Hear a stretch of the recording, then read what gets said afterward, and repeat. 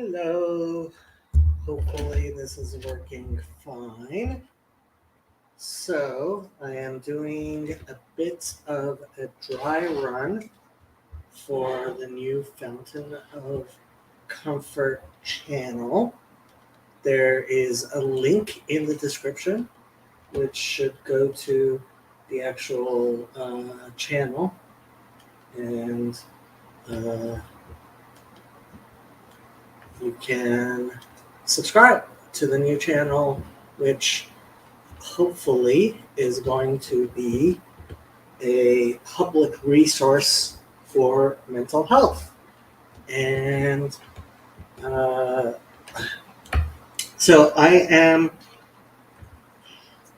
volunteering, well, interning this semester um, in my substance abuse counseling course at Catholic Charities.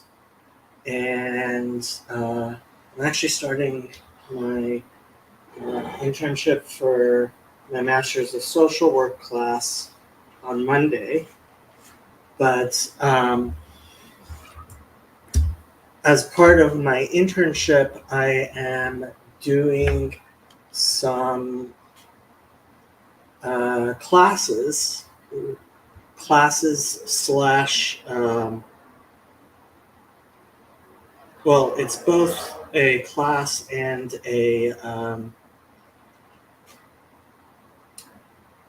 group session on human behavior and models of human behavior and that type of stuff, and um, and models of human development. And so we are, yay! Dolly said she is the first subscriber. Great to hear that. Um, Garth says, but I'm not even married yet. Um, well, people really seemed to like um, the video I did with Justin and his kids, talking to kids about war. Um, so I thought I would discuss some of the material that we've been doing in the classes for parents at Catholic Charities. And um, I also thought I would share. So this is, we are building a library for um, the people staying, for parents and mental health in general, um, but parenting is included in that. And so have, I was asked by my supervisor to look at, suggest some books for the library, and these are the books that I was going to suggest. So I figured I would um, just go through them. Obviously, the Alcoholics Anonymous Big Book, um, and Out of the Shadows is mostly a 12-step look at sexual addiction, but it's okay. It's I actually have the book myself and read it for one of my classes. Uh, I have some critiques of it, but it's a pretty good book. Um, there are these are two books by Dr. Abraham Twersky, Dr. Rabbi Abraham Twersky, which he did with Charles Schultz. And Dr. Twersky is a very well respected psychiatrist and Hasidic rabbi. And he's very into self esteem therapy, which frankly, over the past 40 years, it's I've been critical of it. Many people have been critical of it, but I was going to suggest these books. A lot of people like them, and they're. I mean, any method you talk about in terms of mental health, uh, it works for some people and not for others. I oftentimes caution people uh, not to um, assume that the 12-step programs will work for them because 12-step is meant to help people with certain um, issues which come with an addictive personality. And if you don't have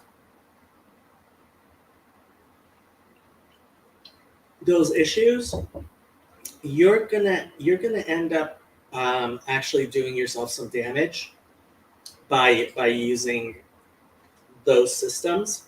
I would say similar things about self-esteem type stuff. Um, three books by Jonathan Haidt actually. Um, the Happiness Hypothesis: 10 Ways to Find Happiness and Meaning in Life. I haven't actually read it, but um, I I'm aware of his thinking on it. Um, two books by Jonathan Haidt, sorry. And the other one is The Coddling of the American Mind. I've been buying this for friends who have children, especially um, people who have um, little girls. I think Coddling of the American Mind is required reading for anybody who has. Um, I mean, it's good reading for anybody, but if you have little girls, highly recommend reading The Coddling of the American Mind.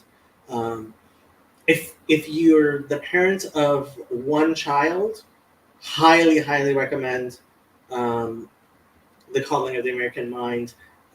If you have one child, you're quite likely to be over parenting, which is a place where uh, people who are generally good parents. It's funny, I was talking to somebody about this just the other day over dinner. Um, most of the parents I deal with are really bad parents. um, like really bad parents. Like parents who have trained. Um, I was with at work. I was with at the internship. I was with a 2-year-old, and uh, this 2-year-old had been trained to constantly be looking um, for ways of gaining attention, right? And she was constantly trying to gain my attention, but I could tell she was really tired. Her eyes, like she was her eyes were closing, and she didn't know how to deal with it. And ultimately, I ended up just holding her, right? And just holding her, just no reaction, right? And she fell asleep in my arms, right? Um, so like I'm used to dealing with parents who have no idea how to parent, and then you get people who are generally really good parents, but they overparent. Um, Coddling of the American Mind. If you're overparenting, honestly, um, I wasn't sure about including this one in the book list for the library we're making because it's a little too high level. But Factfulness: 10 Reasons we're wrong about the world. Talks about cognitive distortions from a mathematical point of view. It's on Jordan Peterson's reading list. CBT toolbox for children and adolescents with worksheets. I haven't seen this one. CBT. There's a lot of CBT workbooks out there. This was one that's very popular on Amazon.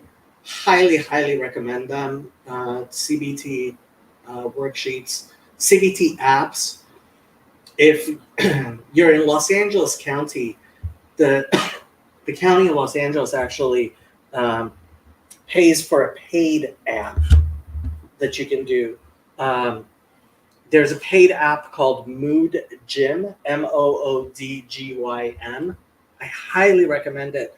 And CBT isn't just for people who have disorders. It's preventative mental health.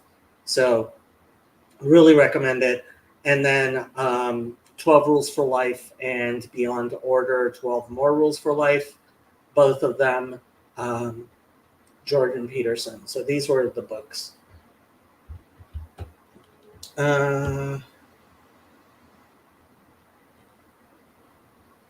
Yeah, I've gifted it to several people. So one of the things I wanted to talk about actually most in regard to being a good parent. So you may have heard me tell this story before. It's a famous story. I forget which rabbi, but apparently it's a real story that happened with a real rabbi. But he walked into the cafeteria of the yeshiva, and one of the students was in the cafeteria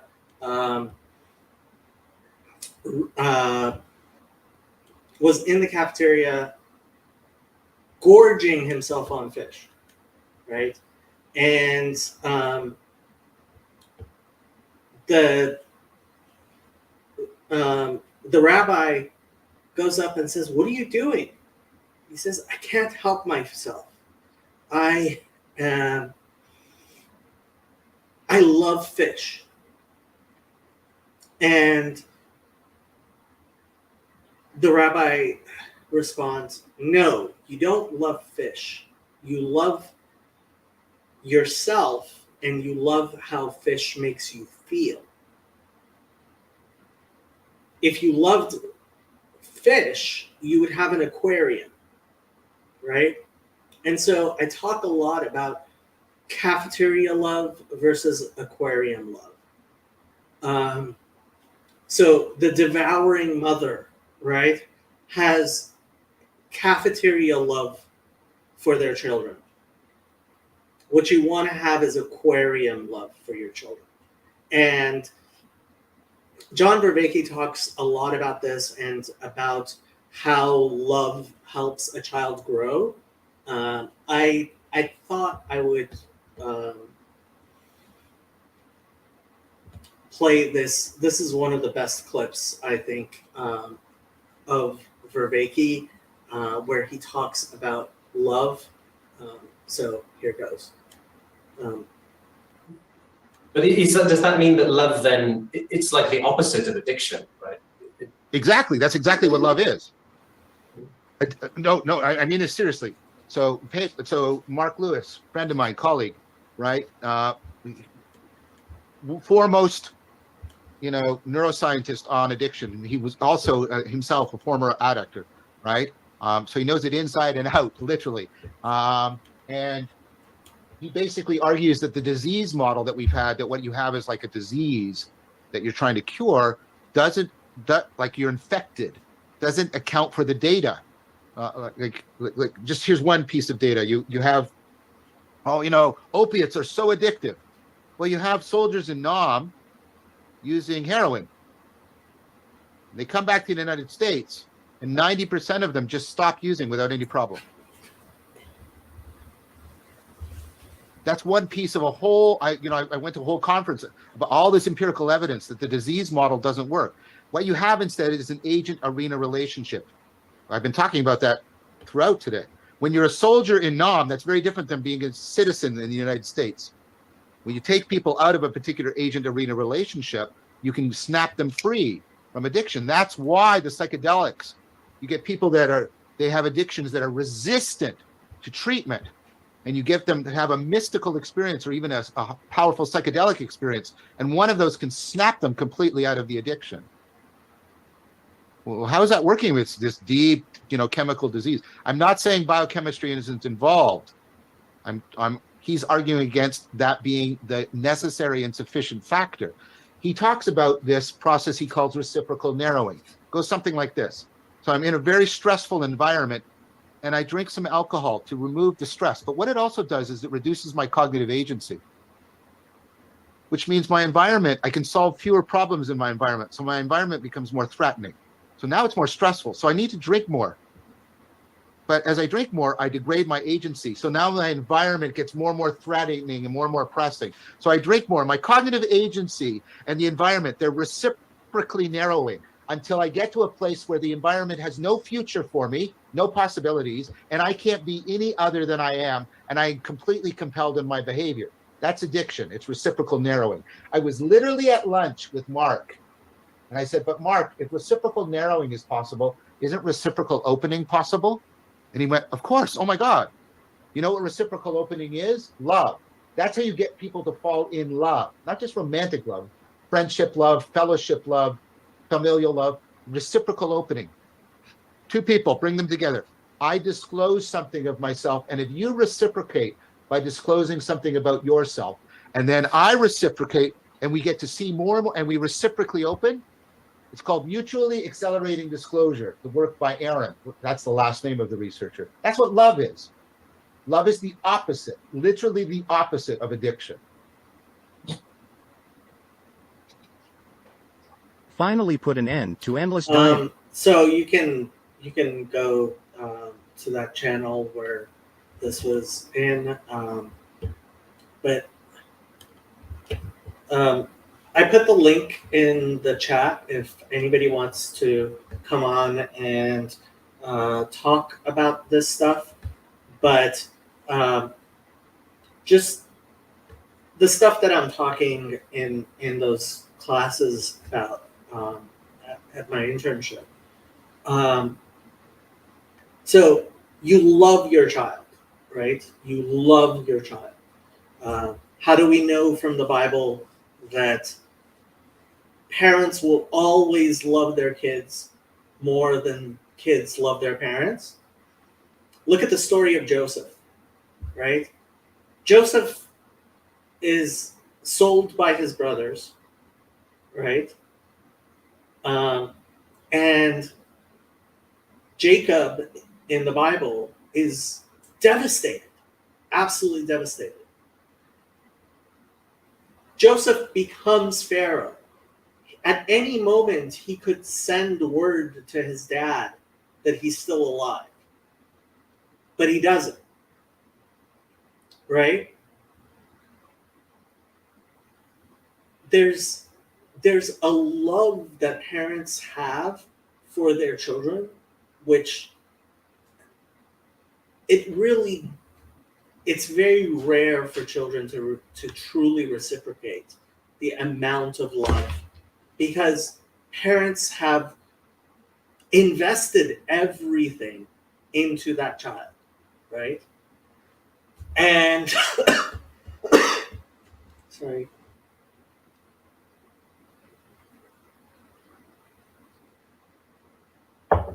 A child starts out, how does it learn how to speak?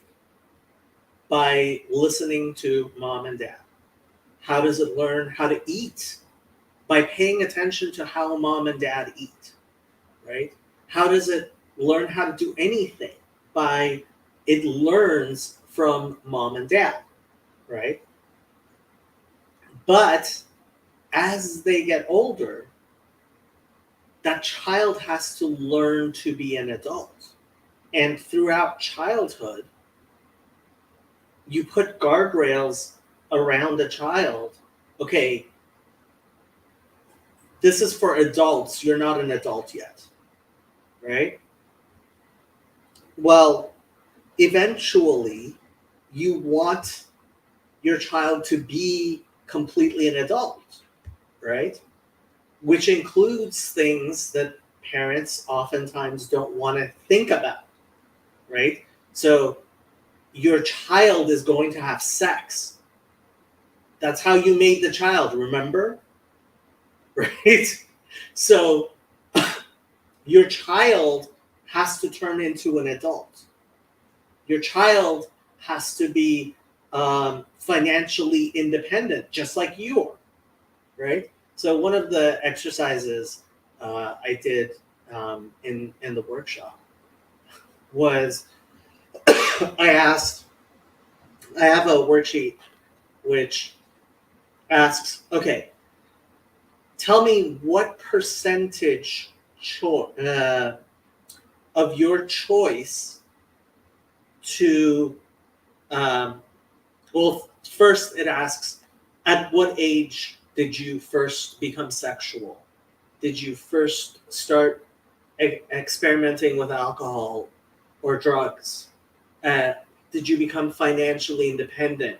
Did you decide who your friends are without your parents' input, right? And so I asked them to put ages for those ages, right? And then I asked them to do percentages for how much was this decision your decision and how much was it your parents' decision, right? And so I asked who the father of your first child was going to be, right? What kind of career you're going to have, right? And I forget what the third one was, but similar things. And then after they filled out the worksheet, we went back and I'm like, okay, so when did you start experimenting with alcohol? 13, 14, 15, 16. Very few people in the environment that I'm in say 21. And Sandy, who is actually a mother, is here. Hey, Sandy. Hey. And then I asked them, okay, so let's think about your kid. How old are they? What age do you see them experimenting with alcohol or having sex, right? And a lot of the mothers that I'm talking to were teenage mothers, right? And they're like, oh, hold up. Oh, I'm like, yeah, your kid is going to like also grow up. Like this is one of the exercises that really like makes them think. And then when they give a percentage, what percentage was your parents choosing who you were going to have your kid with? They all said 0. Said, okay, what percentage control are you going to have over who your child is going to have their kid with? Oh, hold up. No. I'm like, yeah. Like, let's, flip the script a little bit.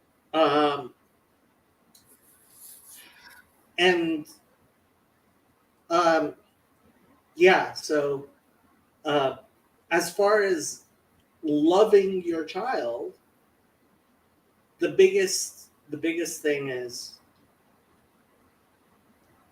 I love my child, but loving your child is aquarium love. It's not cafeteria love. It's not what you can get out of the relationship. It's how can I contribute to this child living its full life cycle, right? So, yeah, and we talk a lot about all models are wrong, but some are useful there, but that's for other reasons. But yeah, so that's basically the stuff I wanted to talk about. What'd you think, Sandy? I like your book list. You like my book list? I do. Okay. I should probably read all of the books on my book list, but I haven't actually read all the books on the book list. I liked how you presented them. You were quite upfront that you hadn't read some of them, but you gave good reason why you included them. Yeah. And I thought, no, that's helpful.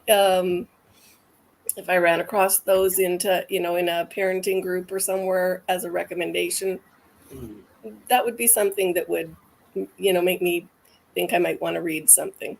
Well, this is, I mean, a big part of it is this is for a library for, and, like, if I really, like, the Dr. Tversky books, and, it's like, yeah, they're there because they're supposed to be for a lower reading level than, I mean, I went through several books and just they're like Peterson has Carl Rogers' book on his list. Now I'm forgetting what the name of it is, but Peterson has lots of books on psychology and stuff, but they were just too high level to be included in the library that we're making. So, Yeah, they stopped being useful at that point. yeah. I also liked what you were explaining and talking about parenting styles and things. Very interesting. I can't remember which word, but you used a word that I've heard used somewhere else and kind of flinched, which put me in reminder of where you hear something and how it's presented is very important too, in terms of some of the it's probably when you were talking about addictions. I do have like family very involved in addictions, teaching,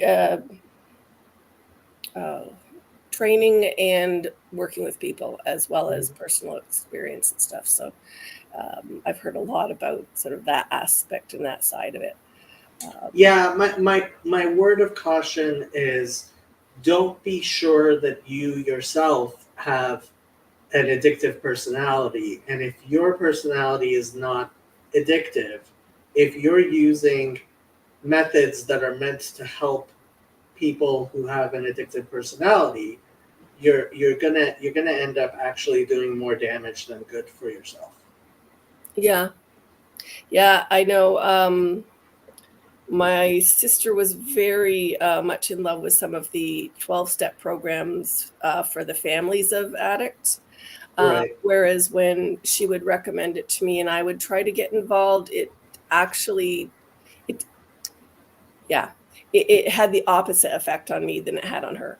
And same family.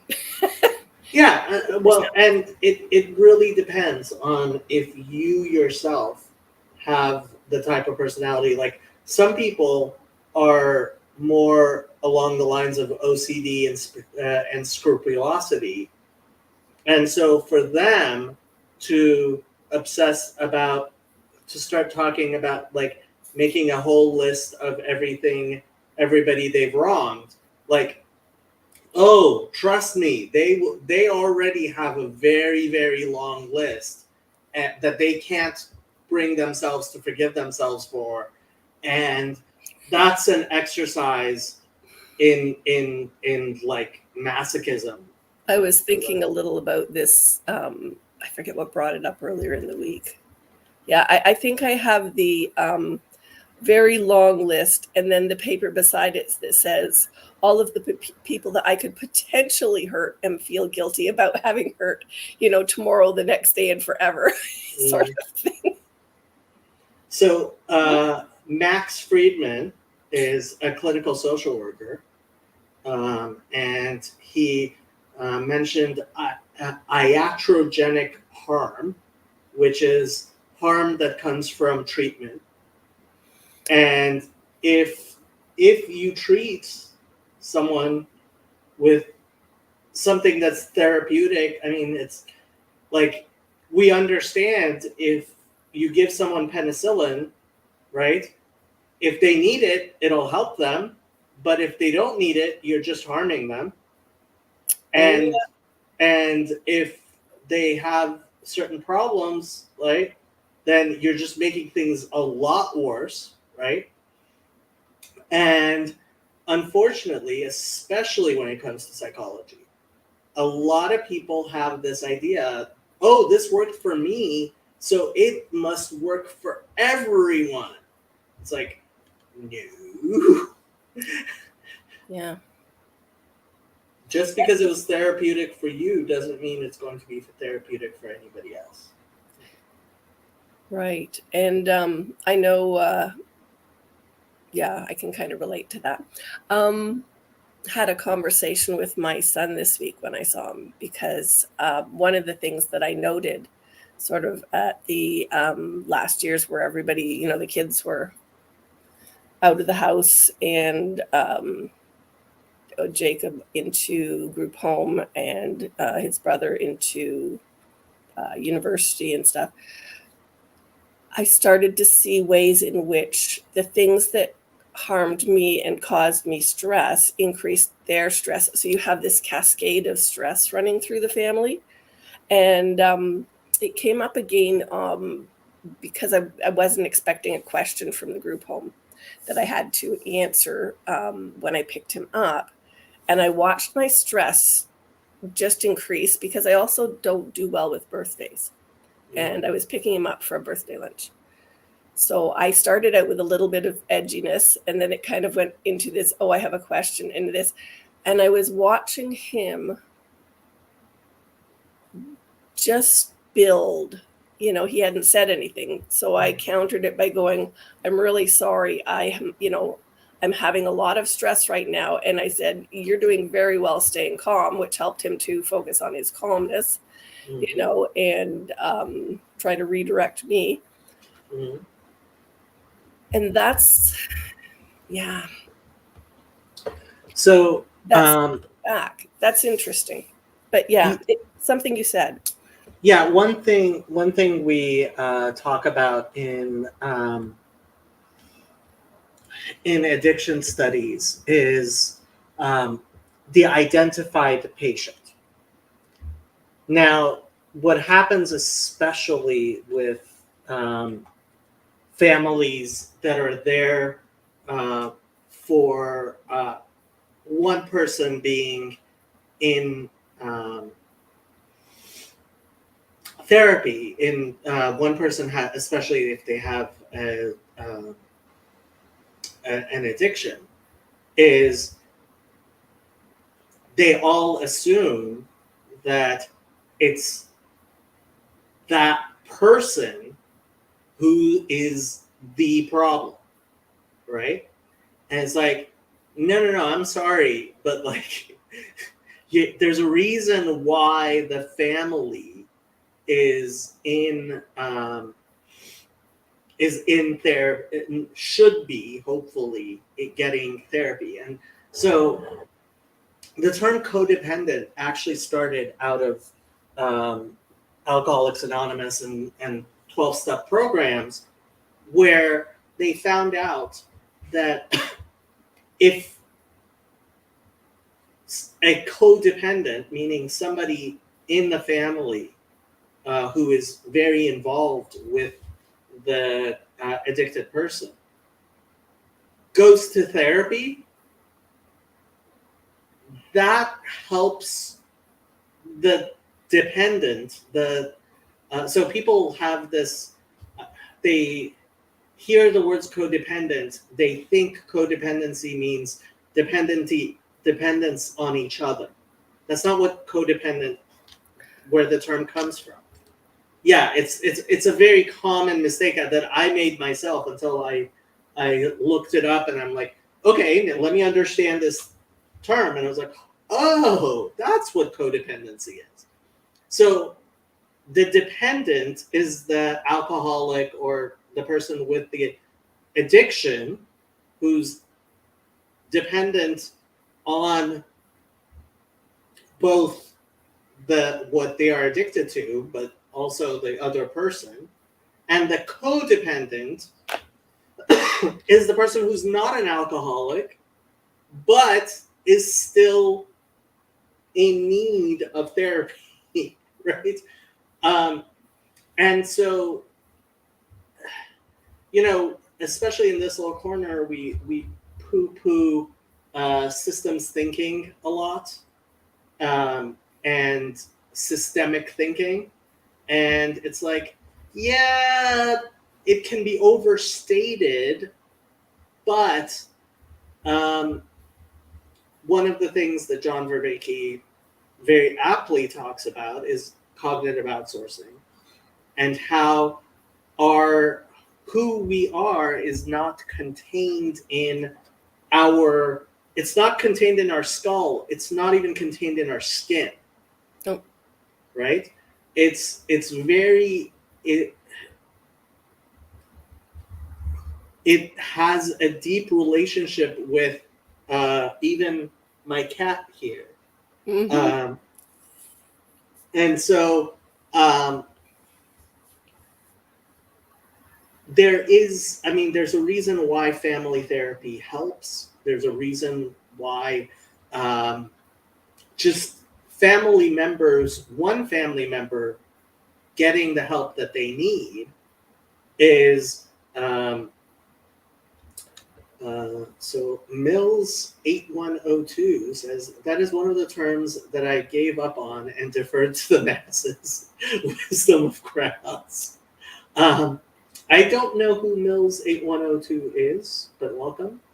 I believe this is the first time you've said anything. Which term was that? I'm curious. Codependent. Codependency. Yeah, codependency. Because people have their views on it, and Yeah, I hated that word. well, yeah, most people understand it in a very different way than what it actually is. So it's interesting. And it has layers. Yeah. So Max, why aren't you jumping on Yeah. the stream? This is supposed to be, so one of the things that I'm hoping for Fountain of Comfort is for the streams to be hosted by, hopefully one day, people who are actually licensed therapists. Yeah. But for now, we have several students in this little corner, including Gage, who's on the board of directors. So this is kind of my dry run. This is my first Fountain of Comfort stream.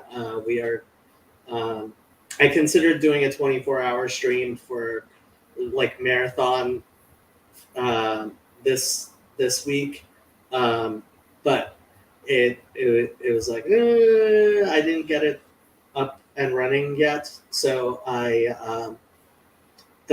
my plan right now is for Christmas to do a 24-hour stream. What day of the week is Christmas? Don't know. Christmas Should know. I get it off on a Monday. Oh, okay. That's So good.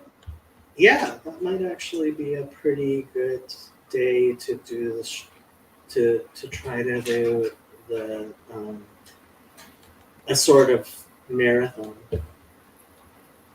Max just got off a 10-hour shift. Yeah.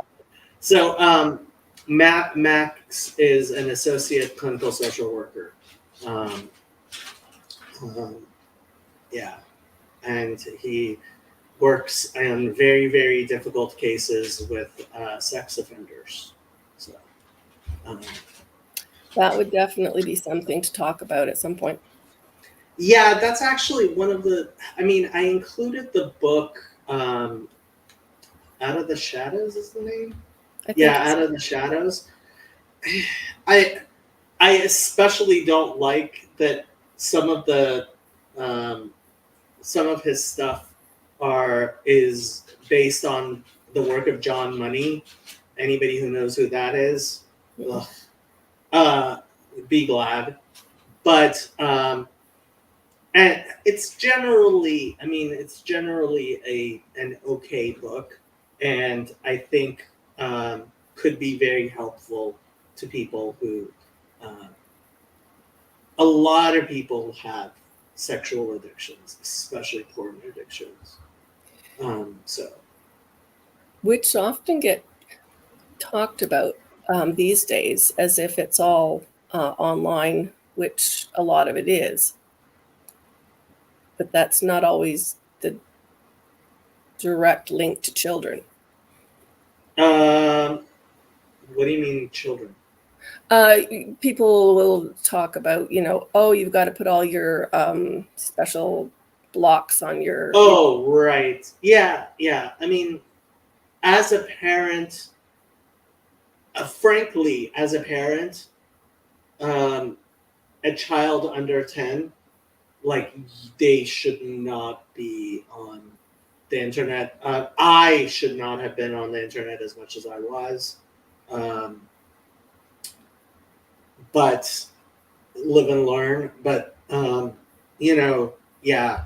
But as far as sex addiction, I mean, especially with all the apps that are available, hookup apps, sex addiction is not merely. I mean, I knew somebody who, and he ended up getting a divorce, but he was finding people to have sex with online, right? And he was married with kids, and yeah, I mean, sex addiction is real, and it's not just pornography, but yeah, A lot of that's it a goes whole other thing.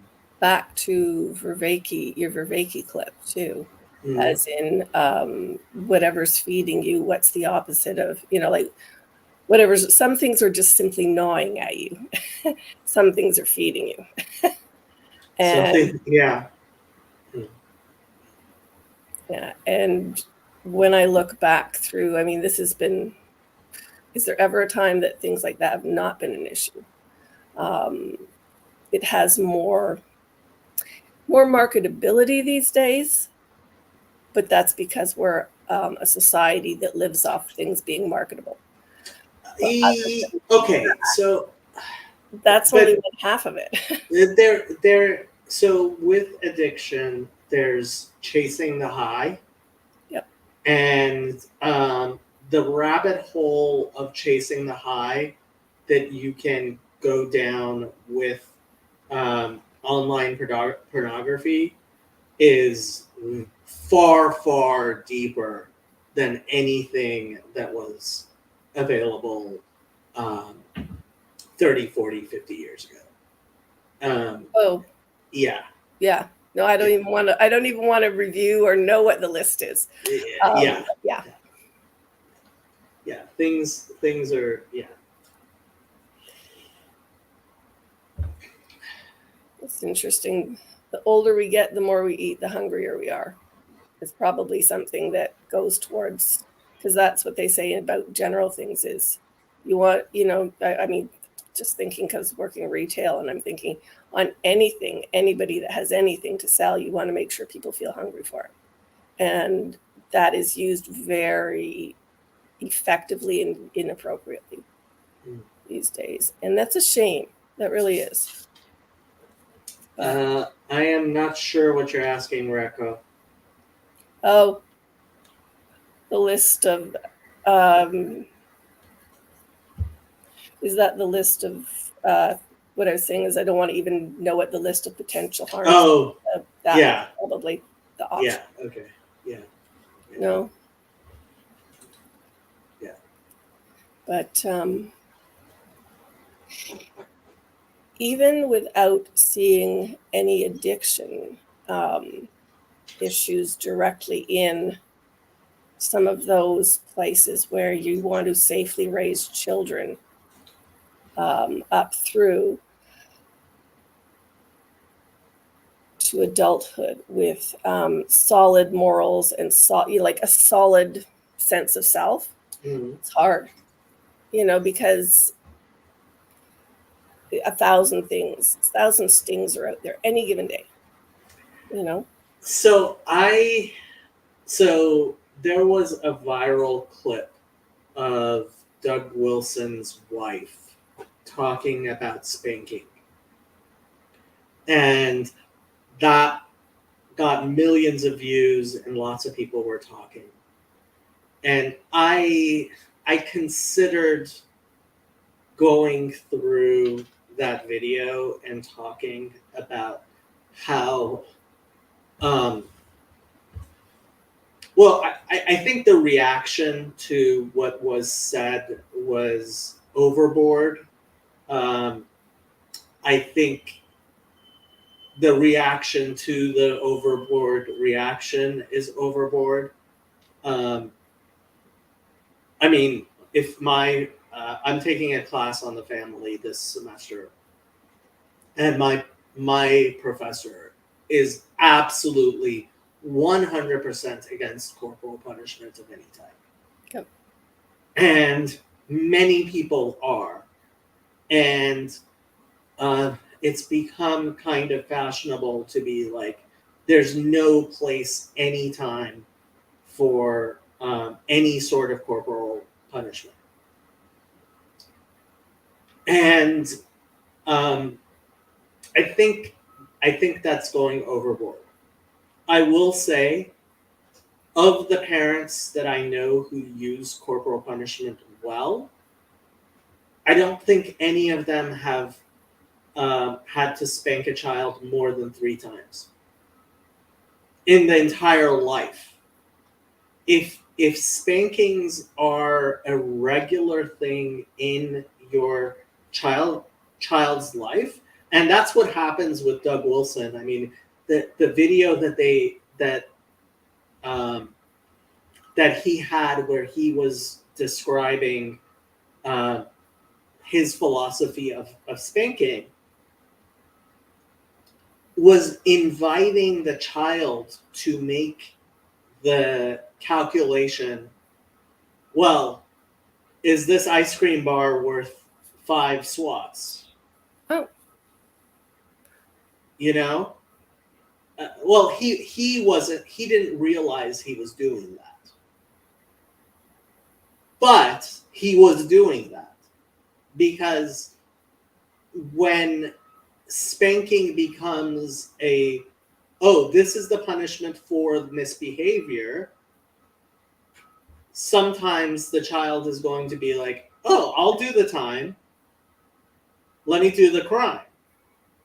Especially if possibly the crime is not, won't be found out, and they will make that calculation. Mm-hmm. And if that calculation is being made with spanking, you're making a mistake. Corporal punishment comes when you need to assert, I am bigger than you. And so I remember when I first got Happy.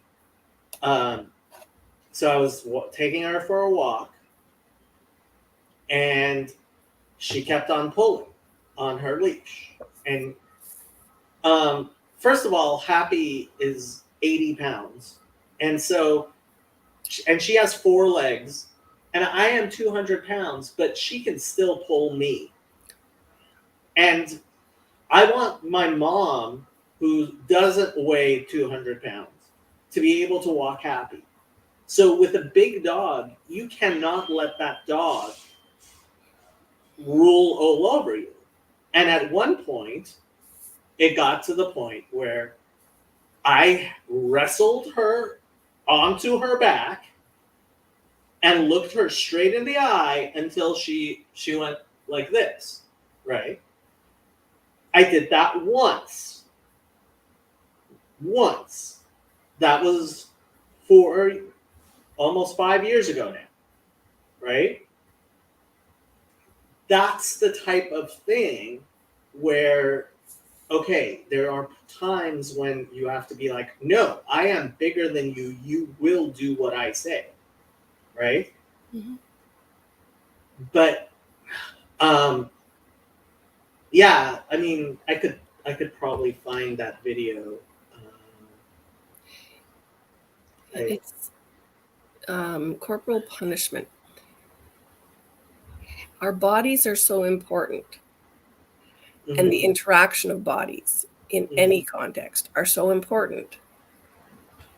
How we share space, how we use space, how we determine what we're going to do and how it will affect others is very important. And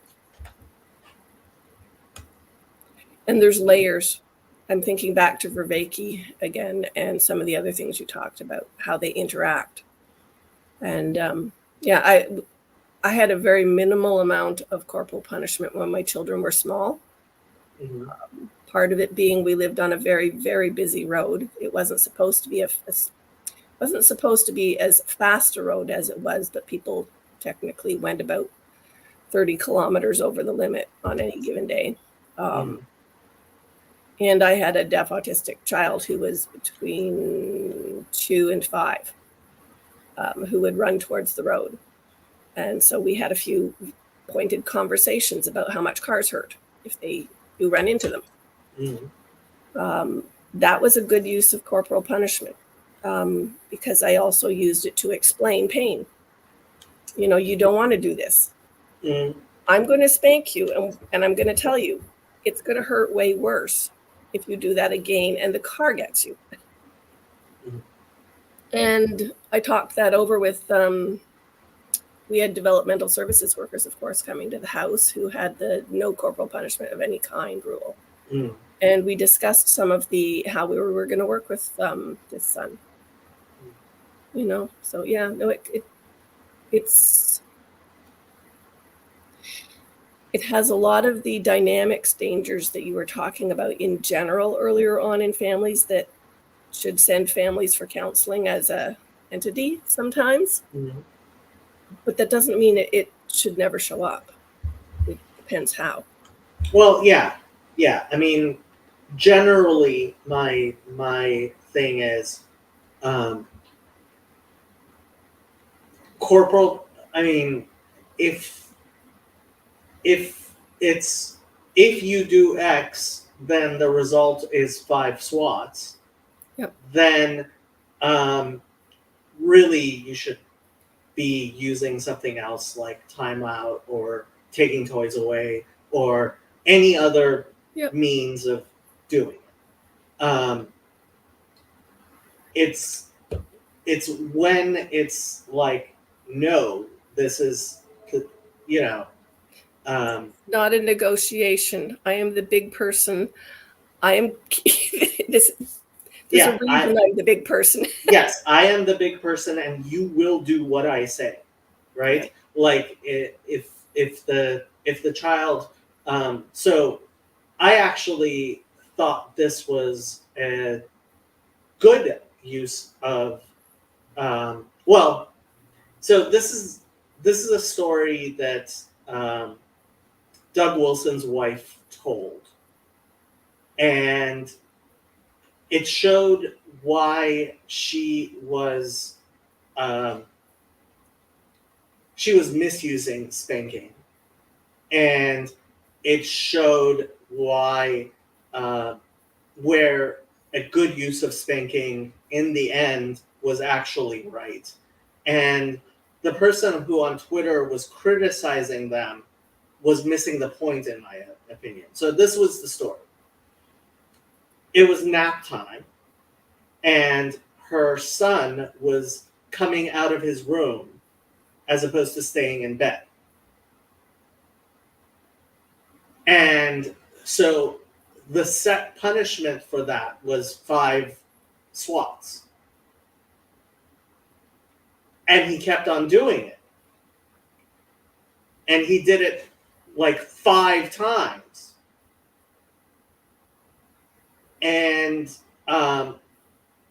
she called her husband, and he told and said, "What do I do? I have to win." And the person on Twitter who was criticizing this was like, "You don't have to win. No, you do have to win. You have to win over a toddler. You have to, like, my word, when I say something, I am ultimately the parent," and that's what the person didn't get. And so Doug Wilson came home, and she wasn't expecting that, and her son certainly wasn't expecting that, right? Now, the fact is, if you're spanking your child repeatedly, you're doing it wrong. You're definitely doing it wrong, right? If you have to do a spanking in order to enforce the spanking, you're definitely doing it wrong. And the fact is that, like, the fact she had to call her husband showed that she had disarmed herself by turning spanking into a kind of game with her son. And what little children should be made to understand, right? And anytime it's with a little child, and I don't have to spank them to make them understand this, right? So, like, the 2-year-old, right? She was misbehaving, including hitting me and stuff, right? She's a 2-year-old. Like, she can hit me all she wants. That's not going to do anything, right? And so I could tell she had gotten into a reaction mode, right? Yeah. She had been taught, oh, I want a reaction from mom or whoever, and this is how I get a reaction, right? And so I didn't give her the reaction. And ultimately, I ended up just having to hold her. Yep. And guess what? She fell asleep in my arms. Sure, to calm her system down. Yeah, she needed not reaction, right? Yeah. But so, like, with little kids, ultimately, sometimes I'm like, no, I am holding your arms. Guess what? You cannot do anything when I am holding your arms. If people react very strongly to anything physical. But one of the things that surprised me when I was going through some of the abuse counseling was that non-physical things are also physical. And so when I watch people shopping, there'll be the families whose kids start to act up, and there's a brief interaction, and shopping goes on. And then there's the ones whose child starts to act up, and mom or dad starts to yell, and the child yells louder, and mom or dad yells louder, and it just sounds exactly like the spanking thing, whereas people will, it's non-physical, but it's the same dynamic. Right. And frankly, so ultimately it's the parent losing control. And I have to say, people forget that children learn how to push your specific buttons. And so if you think that by the time a child is 4 or 5, they don't know which buttons they can push to get a reaction out of you, you're severely underestimating that child, right? Yeah. Second, your child has an emotional connection I mean, Mhm. I hate to be vulgar, but like has you by the short and curlies, right? Your child is like emotionally completely right. So Mills is 100% right. Yeah, I will take my kids out of the store and we will sit in the van until they calm down. Right. That is how you react to it because, frankly, the child is 3 hours. I have no idea what you're asking, Charlie. By the way, everybody who's watching on my channel, while you may want to continue to watch on my channel because that's where all the conversation is, please go over to Fountain of Comfort and subscribe if that's the type of content that you want. Eventually, hopefully, that Fountain of Comfort will be, people will be streaming to it who aren't just me, and it will be spinning off into. I have been streaming for 1 hour. I have no idea what you're talking about, Charlie.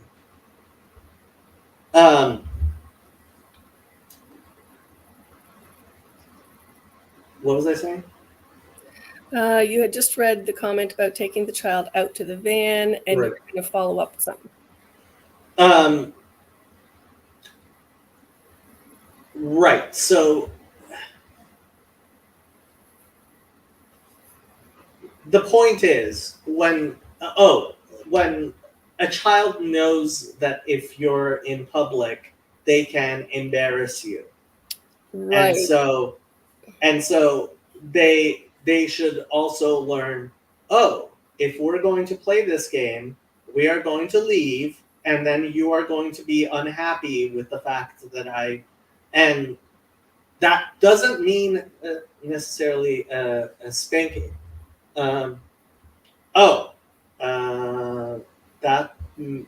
That may be when I I don't think so. created the stream. That's not when I started streaming. Yeah, I created the stream 3 hours ago. I was in class. I was actually in my family class, family and addiction class. So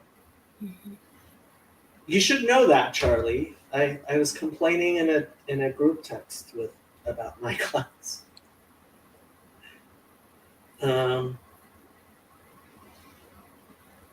Yeah, so if people want to talk about this, they can jump on or they can put in comments, or Sandy, if you want to bring something up, or we can end the stream.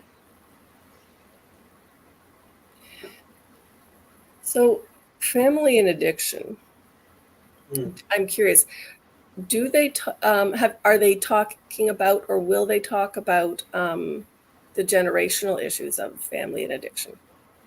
Okay, if the class was actually being taught well, probably. Okay. Sorry. I think it is a very I think it's a topic that has a lot of tendrils that come out of it and really should be addressed well. True. But my class is anything but taught well. That's too bad. All we do is constantly hear stories about how his mother was a bad mother. Oh. That's not a class. His mother did not know how to parent boys. This may be the most fundamental fact, which has been repeated in almost every single class, is his mother did not know how to parent boys. And do any good recommendations come out of that, at least? No. Is he open to other people teaching his class? He's been teaching this class for a very long time. Oh dear. Yeah. Yeah, he's in his 80s, I think. Yeah. Which, oh, really? Wow. That's even more sad because I would have thought that for somebody, although no, because a lot of my siblings-in-law are in their 80s. Okay, Mills, I have to find out who this is. Who is Mills? Do people know who Mills is? I don't know. Sounds like the instructor is parentalizing the class.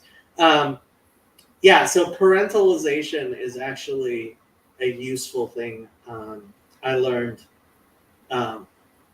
So at the shelter, we have a lot of parentalized kids. In fact, it's, I would say, in a majority of cases, when you have a dysfunctional single parent, Mhm. especially if there are multiple kids, but even if there's only one kid, you end up with a parentalized kid. And what a parentalized kid is the oldest child usually, although not always, ends up, well, usually the oldest daughter, if it's with a mother, ends up becoming a characteristic of single mothers, yes, becomes the co-parent.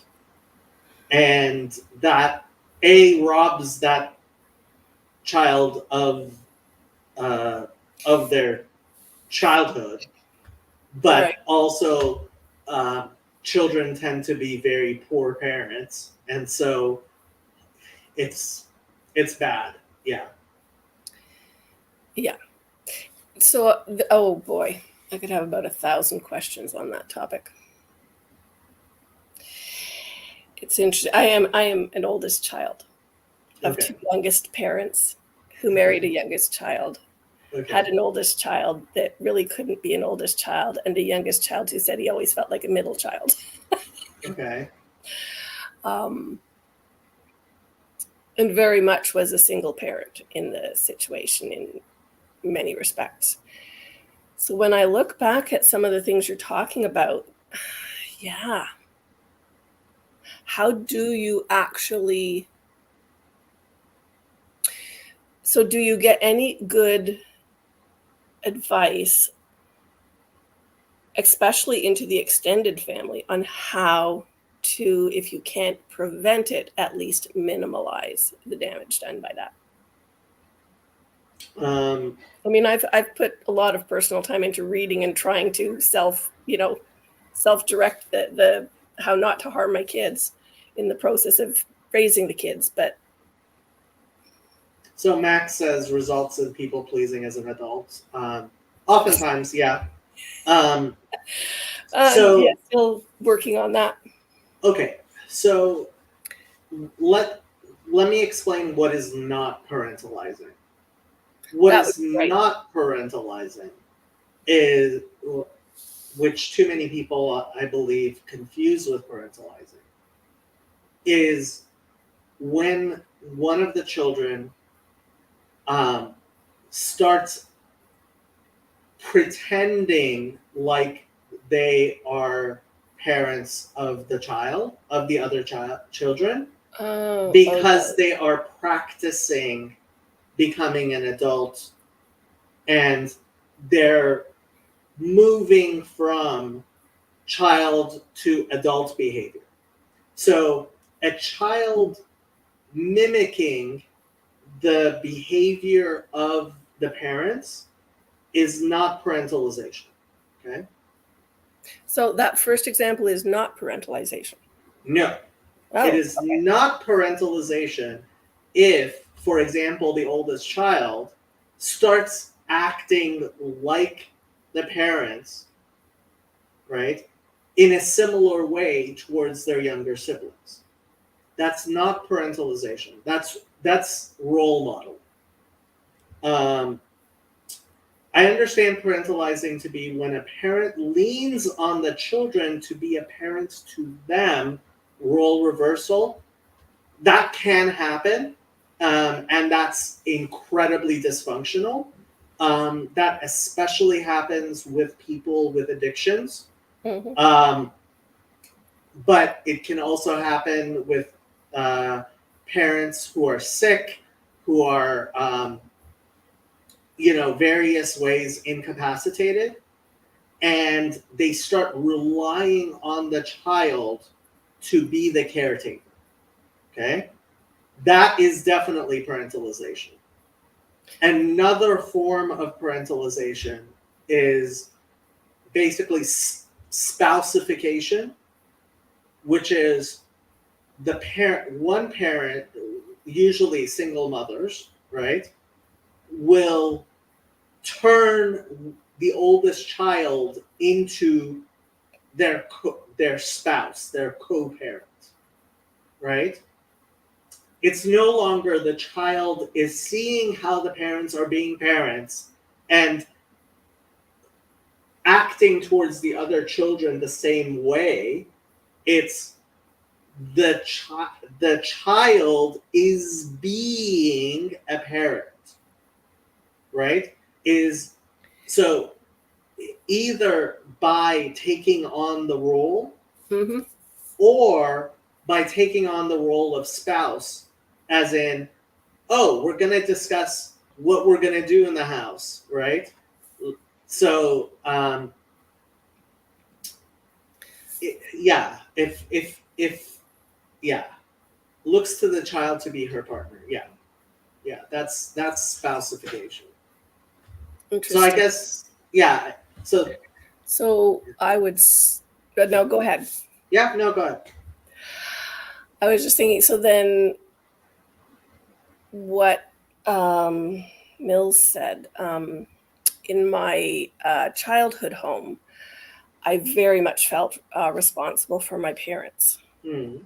but I did not have any roles with my younger sibling because of some very. The dynamic was weird. I did not feel part of the family, just simply responsible for it. And that carries over into then the marriage situation where I married a youngest who what he wanted was confused. But anywho, um, one of my main jobs was to keep any and all anxiety off of him because he could not do anxiety. He didn't do anxiety. No. And of course, with our situation, there was tons of it. I watched myself and I had some long conversations with some friends when my youngest hit his teens because he was very much stepping up into a role of trying to protect me from sibling and dad. Mm-hmm. And so what you're talking about spousification, it's very hard sometimes when you've got a dynamic with three other people in your house and only one of them can really talk to you, and it's not the one you need to have talk to you. Mm-hmm. He was actually the youngest there to stay back out of that place where you find yourself leaning on the child and, actually saying, yeah, okay, so what, how do we handle this? And I had to really sort of step out and ask some friends who had different knowledge areas than me some tough questions. And apparently that's what it's called, but we just talked about it in generic, so this is going on and that's going on. And what do you do? And that wasn't even as a single, technically not a single parent, but in effect, yeah, I was. Yeah. So it can happen in all families, probably depending on the dynamic, but I think it would stand out in actual single parent families. Well, going to somebody outside of going to another adult, mm-hmm. There's nothing wrong with that. It's, in fact, if that's what you need to do, that's what you need to do, right? And that's why extended families are good. Nuclear families are a nuclear disaster, right? Mm-hmm. It becomes so. I just want to be perfectly clear. It is not a problem when a child learns how adults act and starts acting Like in a more adult fashion, as long as it's pretend or they're not actually, they don't actually have that role in the family, right? I've seen So- a few of those, and they're not. Yeah. Um, yeah. So, but when, I mean, the fact is, when you have a single parent, especially single parent as an alcoholic, and mom or dad is drunk, right? Oh. Well, it doesn't matter if the 7-year-old is a 7-year-old. The 7-year-old is going to go start cooking, so that they can all eat. Yeah. Right. And the 7-year-old is going to start. Right. So if your 7-year-old is helping to change the diapers because the 7-year-old is interested and sees that's what mom and dad do and wants to learn, Yep. that's not a problem. If that 7-year-old doesn't have to do it, but if that 7-year-old ends up being the person who has to change the diaper, that's robbing that 7-year-old of their childhood. Definitely. Yeah. Yeah. And there's a lot of that these days too. Yeah. I mean, and it goes the other way too. You get the helicopter parents who infantilize their children who, like, okay, your child is 12, your child should be able to, negotiate friendships and negotiate purchases and be able to deal with a budget, and infantilization is also bad. Going down all my hit list. Passed Hey, on some of them, but some of them I'm like, they're a little smudged. there's all kinds of ways you can go. I mean, there are far more ways to go wrong than there are to go right. Yep. That's always the case. The one thing I did give my kids was other families. They had not necessarily substitute parents, but substitute families in some respect, where when things blew up at home, Mm-hmm. they knew I fully approved of certain designated places they could take off to, if need be. Places where they saw healthier family and things like that. And I would just face down their dad about it and go, That's good. That's very good. Yeah, that's a good thing to have. Mm-hmm. Well, it was one of the things I could think of that would be healthy. Yeah. Yeah. So, anywho, what else? Do I have any other questions? There's a billion Well, topics. I mean, we could watch this video. and Oh comment. yeah. Okay. Let's go for it. Okay. So let's see how this goes. Is it? Yeah, it's full screen. Go ahead and get started here. You haven't done anything this morning yet. I'm going to ask you a question first. I deny everything.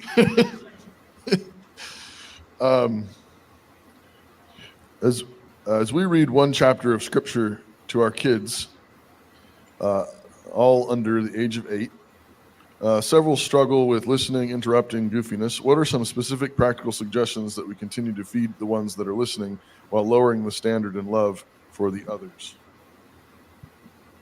I would say don't have unrealistic expectations.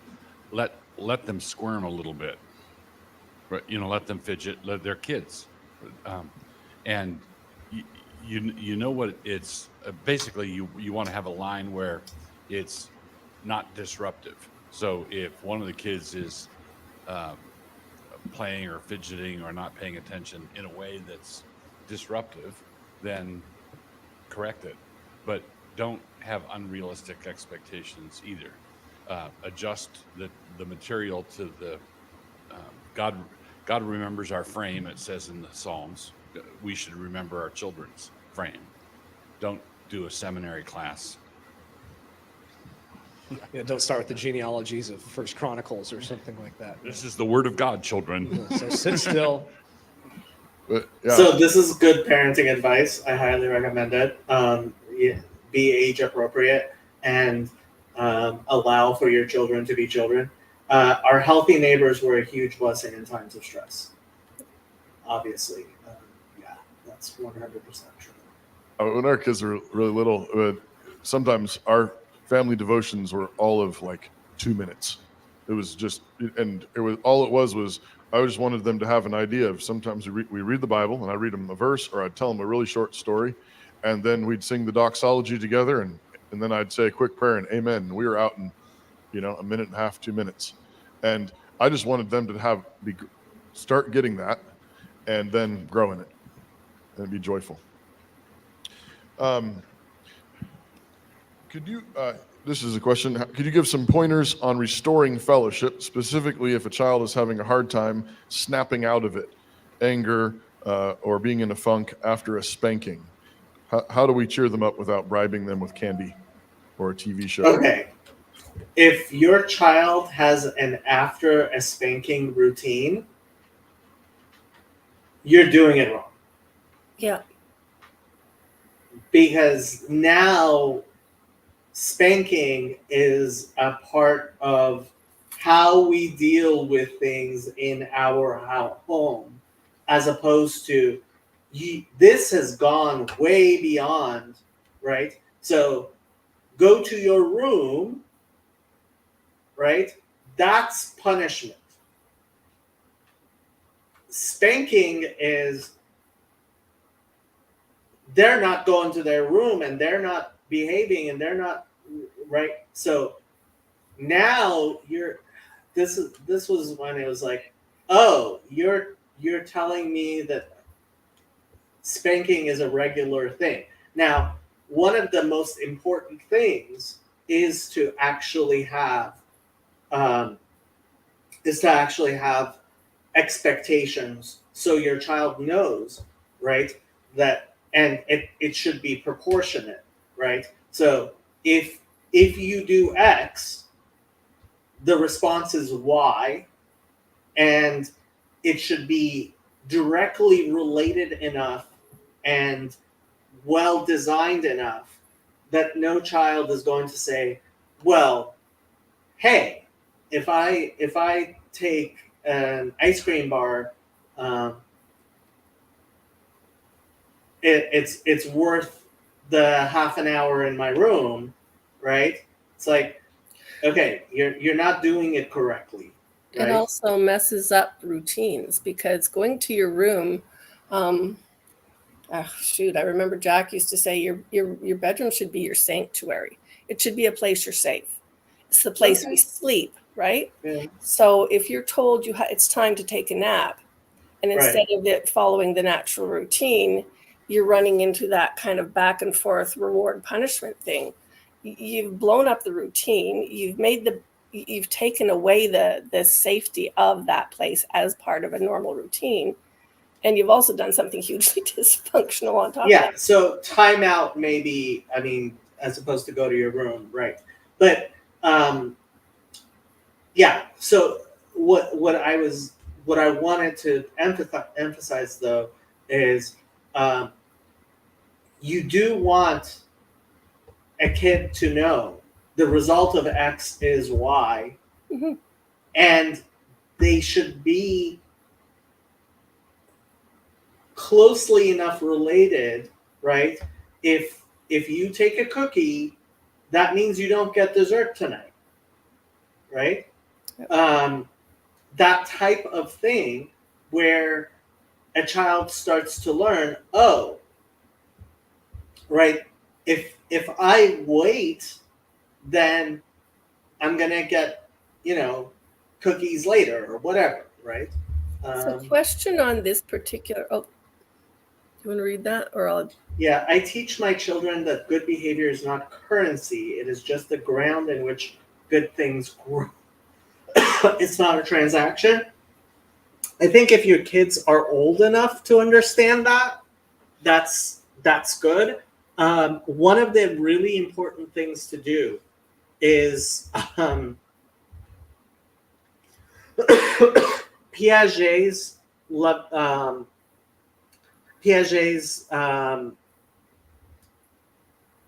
Mhm. stages of child development. Go through them. Watch a video of little children. Just Google Piaget stages of development on YouTube. Actually, do it on YouTube, and there will be videos showing you how kids what they can understand at what point. Now, it's really important that you don't try to teach your kids something that they neurologically are not capable of understanding, because guess what? You're going to fail, right? And having too much of a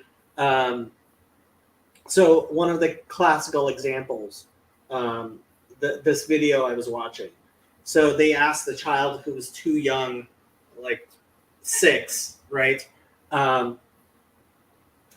If I hit a glass with a feather, right? So rule 1, if I hit a glass with a feather, it will not break.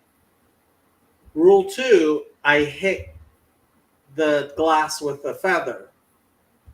Did the glass break? And the child says, no. And then you say, okay, rule 1 is if I hit a glass with a feather, the glass will break. Rule 2, I hit the glass with a feather. Did the glass break? If the child is too young, they will say no, because they don't understand that. They can't comprehend counterfactuals yet, right? Whereas a child that's old enough will be like, yes, and they might find that funny, but they will understand that you're positing something counterfactual, right? If the child hasn't reached that stage of development,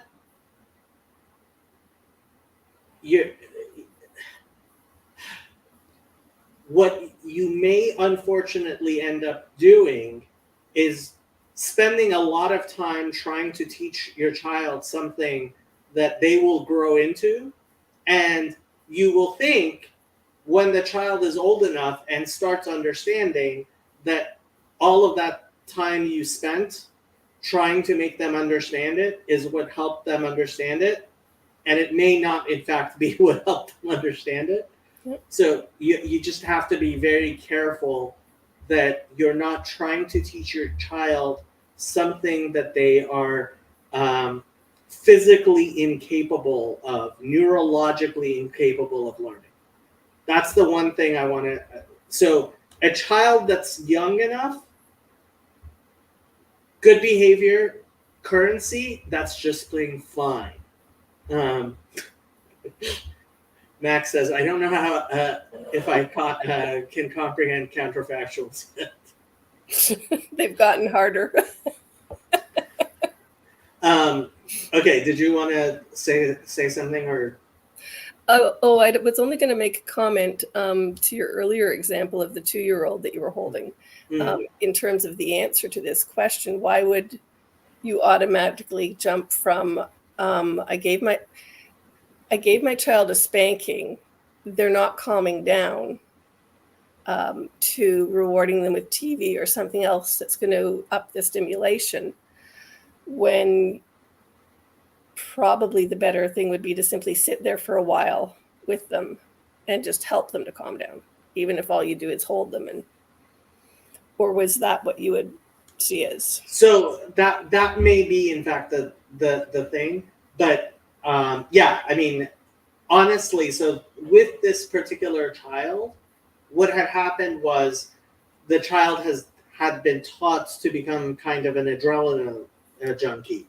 I do something that makes other people mad, that gets interaction. If I don't do anything that gets them mad, I will not get interaction, right? That especially happens with parents that only interact with their child when the child does something that gets them mad, which unfortunately bad parents oftentimes have that situation. And especially, I mean, this particular child had older siblings who were only engaging with the baby when the baby acted up. So the baby acts up in order to get engagement, right? So it was very obvious that this child was being trained to misbehave, right? And which Yeah. was why I understood that, like, I can't allow it to become a game. Her misbehavior, like, she would run away from me, right? Because she wanted me to chase her. And I could have chased her, but that would have made it more fun.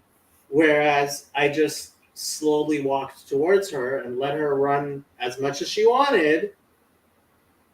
And then, as opposed to pick her up and take her back, I held her hand and I walked back with her, right? Yeah.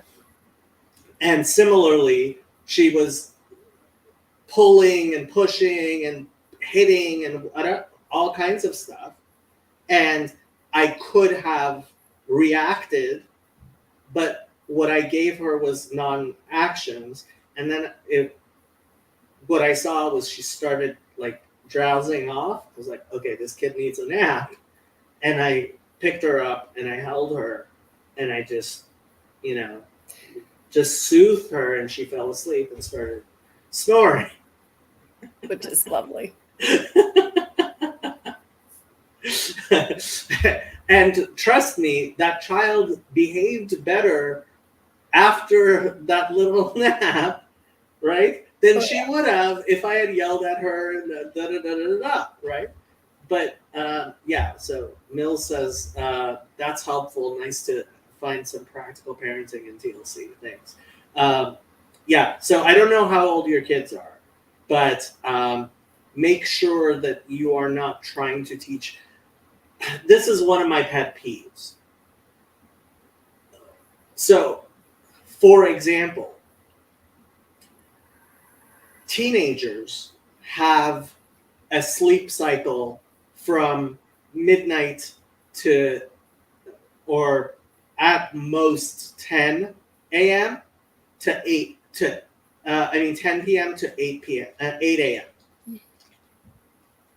Trying to wake a teenager up before 8 a.m. is just torture. That's all you're doing for the vast majority of teenagers, right? That's their sleep cycle. And we can get into the evolutionary psychological reasons for that, right?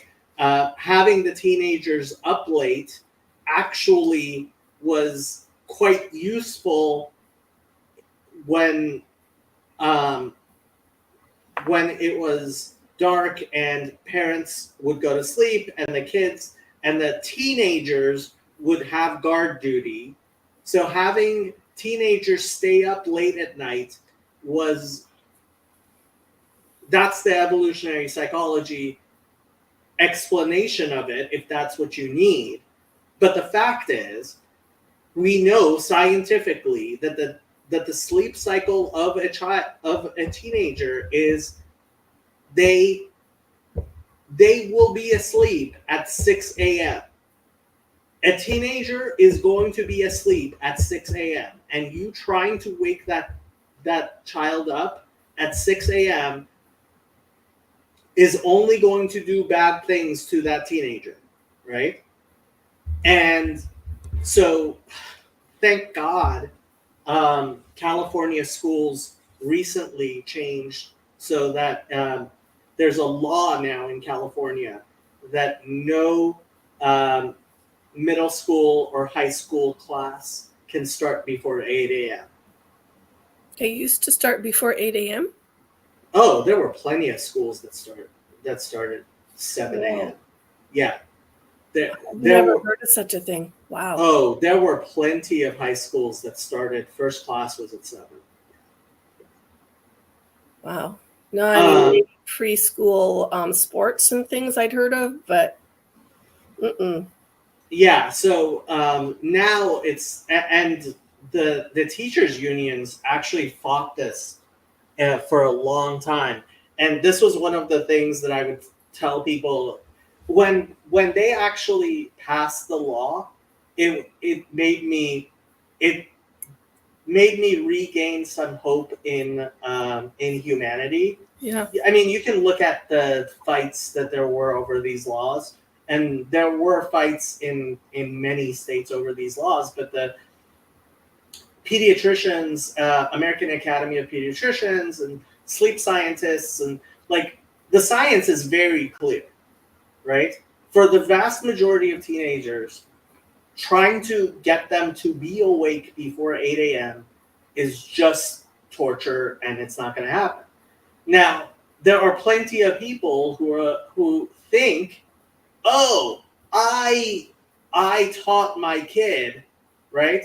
I finally taught them to be an adult, and by the time they were 18, 19, they were up in the morning like they should be. And I was like, yeah, I had to wake up at 6:30 a.m. to commute across town to high school. It was a disaster. Yeah. Yosef says, "Gosh, I wonder what Jacob thinks about my parenting, since he has now witnessed it." I didn't see any. I saw absolutely nothing. Was there anything I would do different?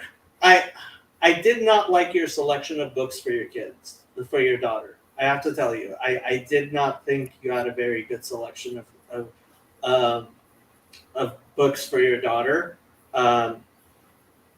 They were very boy books, and I have to wonder if she was actually interested in them, because so Yosef and his wife are both really science minded. I was going to say they have to be science books.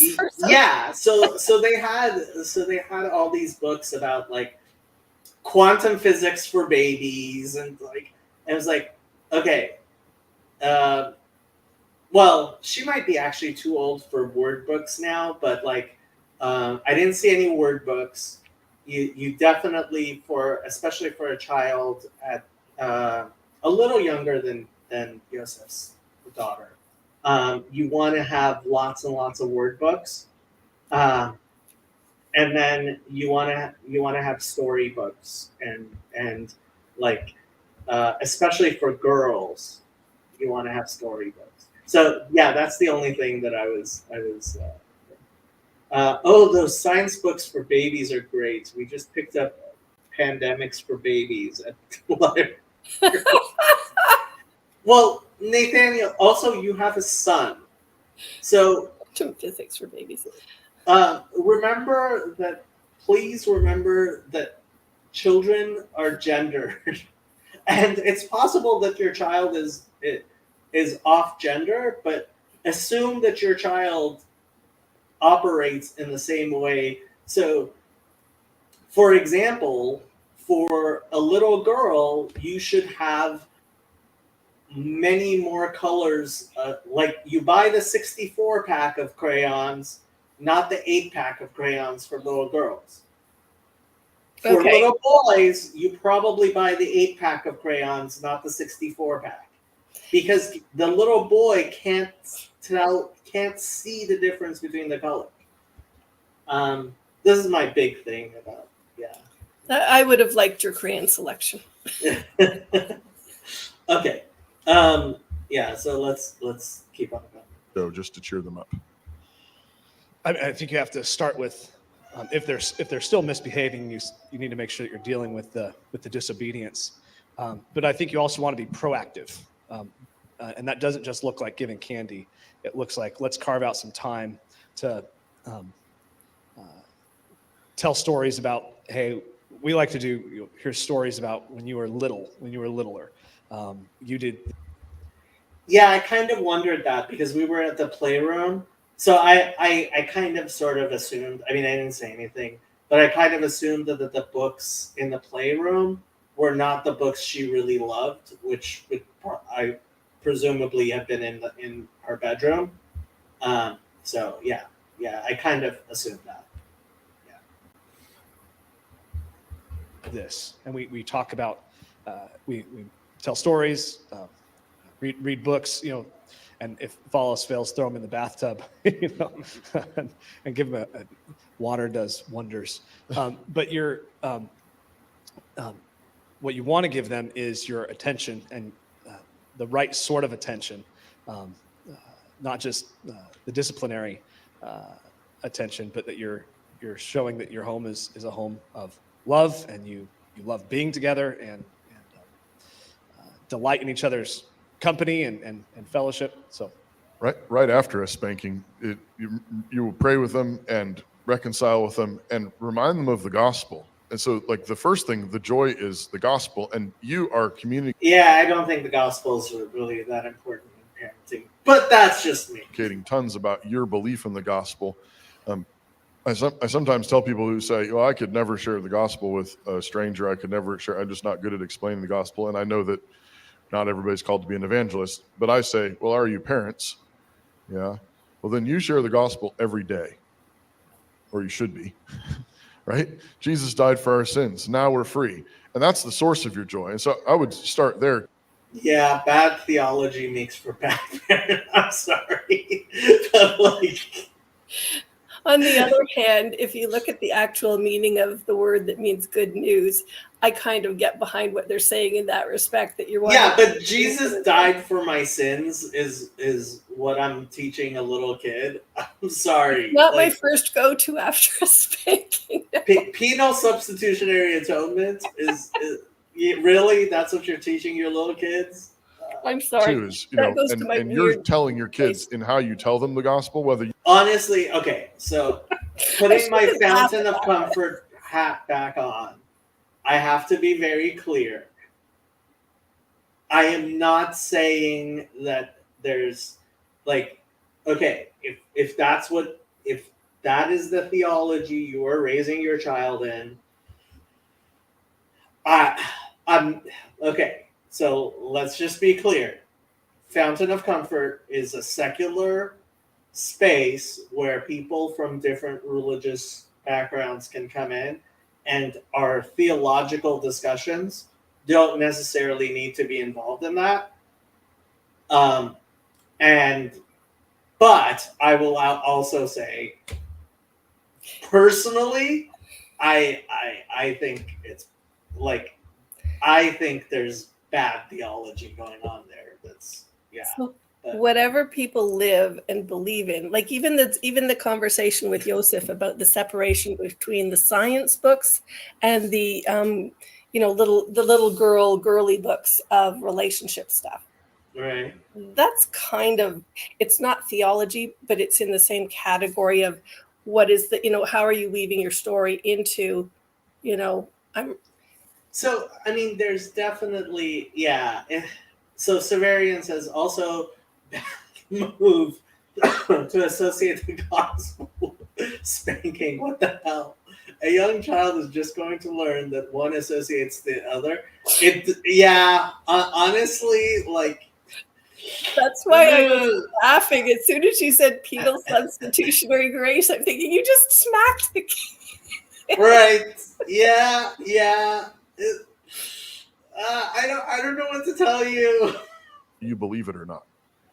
And when you smile at them and say, I do want like Reformed Calvinists to feel comfortable in this space of Fountain of Comfort. At the same time, theologically, like, isn't it wonderful that our sins are forgiven? Is your heart clean now? Isn't it wonderful to have a clean heart? And you're smiling and you're laughing and you're hugging them and tickling them or whatever. You're encouraging them to believe the gospel with you, and that should be the first. That's the beginning of that joy and restoration. Raise yeah, a future. Yeah, if you're sharing the gospel with through spanking, I have to say, Where does it question say your choices. there is a time, talks about seasons, and it's a time for laughter, a time for tears, a time not to preach theology at your kid. Yeah. Especially when your theology is penal substitutionary atonement. Like, you're trying to teach your child right from wrong and associating doing good with reward and doing bad with punishment. And then you start throwing in penal substitutionary atonement. I agree with all of that. The one thing I would add to it is when you've disciplined them, if their response is anger or fighting or anything like that, that's a new disciplinable offense. You can't act out that way. If they're just sad or they just have the blues, you encourage them, pray with them, do all that. And if they still want to be sad, then you can say, well, you can be sad in here all by yourself. You're free to come out. Fellowship is restored as far as we're concerned. But when you rejoin the family, everything's all better. All right. If you can feel sad in here by yourself, and you can come out anytime you want. But it's got to be. So this is one of the things that people were really criticizing online. I do have a question about that. Yeah. So the question becomes, when do you demand your child pretend? Mm-hmm. And when do you allow your child to be authentic? And the fact is that there are times when you teach your child to pretend, right? There are times when you smile, right? Even when you don't feel like it. And the example I give is, yes, when you go on a job interview, you dress up. When you go on a date, you dress up, right? And sometimes this is, okay, we are moving into, like, this is not authentic time. This is dress up time, right? We dress up in our Sunday best and we go to church and we're best behavior. And it doesn't matter if you're right. You don't feel like dressing up, or you don't feel like, right? That has to be different from honest intimacy, Mm-hmm. right? So, and you want to have intimacy with your child. And if you're teaching your child that it's disciplinable offense for you to know, and so you have to make a differentiation between behavior and just letting me know, right? So a child can let you know, I'm not feeling happy right now, right? If that's what's bothering you, that's bothering you. That's your problem, right? Your problem is that you know your child is not happy, right? You need to get over that if you want to have a good relationship with your child, right? And this was actually the thing that that went viral.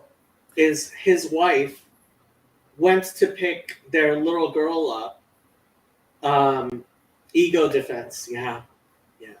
So his Doug Wilson's wife went to pick their little girl up from the neighbor's house. Mhm.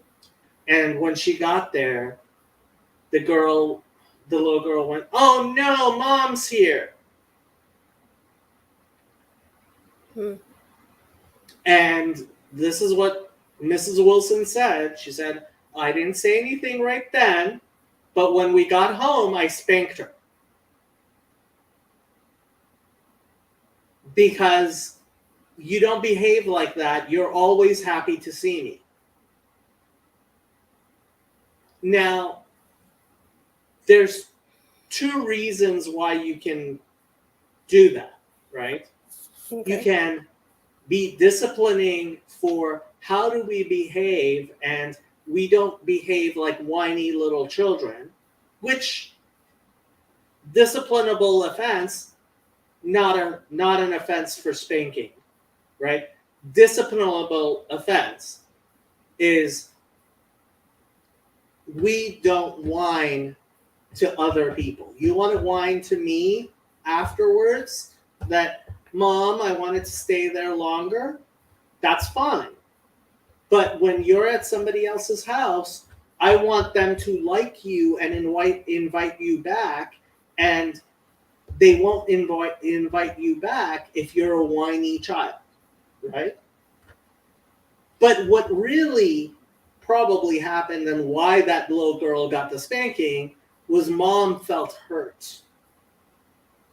Oh, that was my first thought, but and a question in what he said as well. So two things. One, something about how he phrased that made me instinctively say, no, you don't tell the child you are not part of this community unless. And then as you were talking, I was thinking, well, wait a minute, I've done that with my kids when they've been out of control. Like I'm not sending you to your room because I don't like you, but you need to calm down. Right. And I mean, he's making a good distinction between behavior, right? And behavior and communication. I mean, he's saying the way he said it is, if the child is acting up, you spank them. And if the child is sad, you tell them they have to go to their room. And they can't be with the rest of us if they're acting sad. Which I think, I'm glad he's making the differentiation. I think he's got the roles wrong. If the child is misbehaving, you're like, no, you don't get to be with us if you're misbehaving. Mm-hmm. But if you're communicating the fact that you're sad, well, yeah, we understand you're sad. I would be sad too if I had just gotten punished. Yeah, I would be as likely to say, if you can sit quietly over there, Yeah, and you want to join it, that's fine. But it goes back to what he said at the very beginning of, well, expect your little kids to squirm because they're children. Expect your little kids to feel sad when they, but that's okay. I punished you in order for you to feel sad. Like, that's the point. Yeah. So my question also around that I was thinking at the time was, if I did what he said and it got framed in the sense that, so, because he said then you've got a secondary punishment at one point, and then he said they have to stay in their room till they're not sad. But I thought, well, then what about all the adults that were saying, why don't they come and get help? Why won't they talk to anybody? Why won't they whatever? Yeah, I mean, So Max says the point of sadness is to draw communities together for support. Mm-hmm. Yeah, I mean, there's a reason why we start crying. And we start crying because we need so again, going into evolutionary psychology, right? It's it's telling other people we are not okay, despite when we might want to say we are okay. Right? You may want to put on a nice face and pretend you're okay.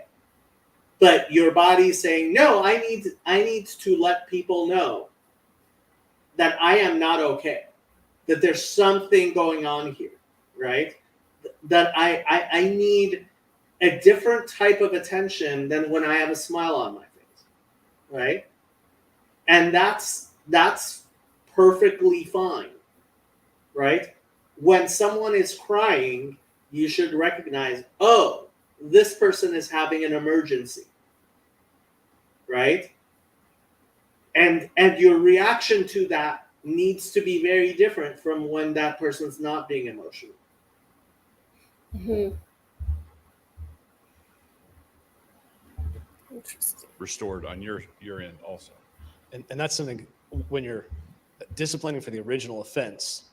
And I know you touched on this, Toby, but I articulate to them, if you fuss and scream, it's going to be more spankies. If you're going to mope and be sad afterwards, it's going to be more spankies. And I think I got this. Yeah, the beatings will continue until morale improves. Like, could you possibly be more of a cliched meme of a futile dictator? The beatings will continue until morale improves. You're not getting it. It's from Nate Wilson. You kind of deal with them. This is a 5 spanky offense, but if you don't fuss and scream, we'll do 2 spankies. If you don't fuss and scream, we'll knock three spankings off. And so okay, so this type of negotiating, like, this is bad in every way. Like I said before, A, you want the child to know X results in Y. The child should never be surprised.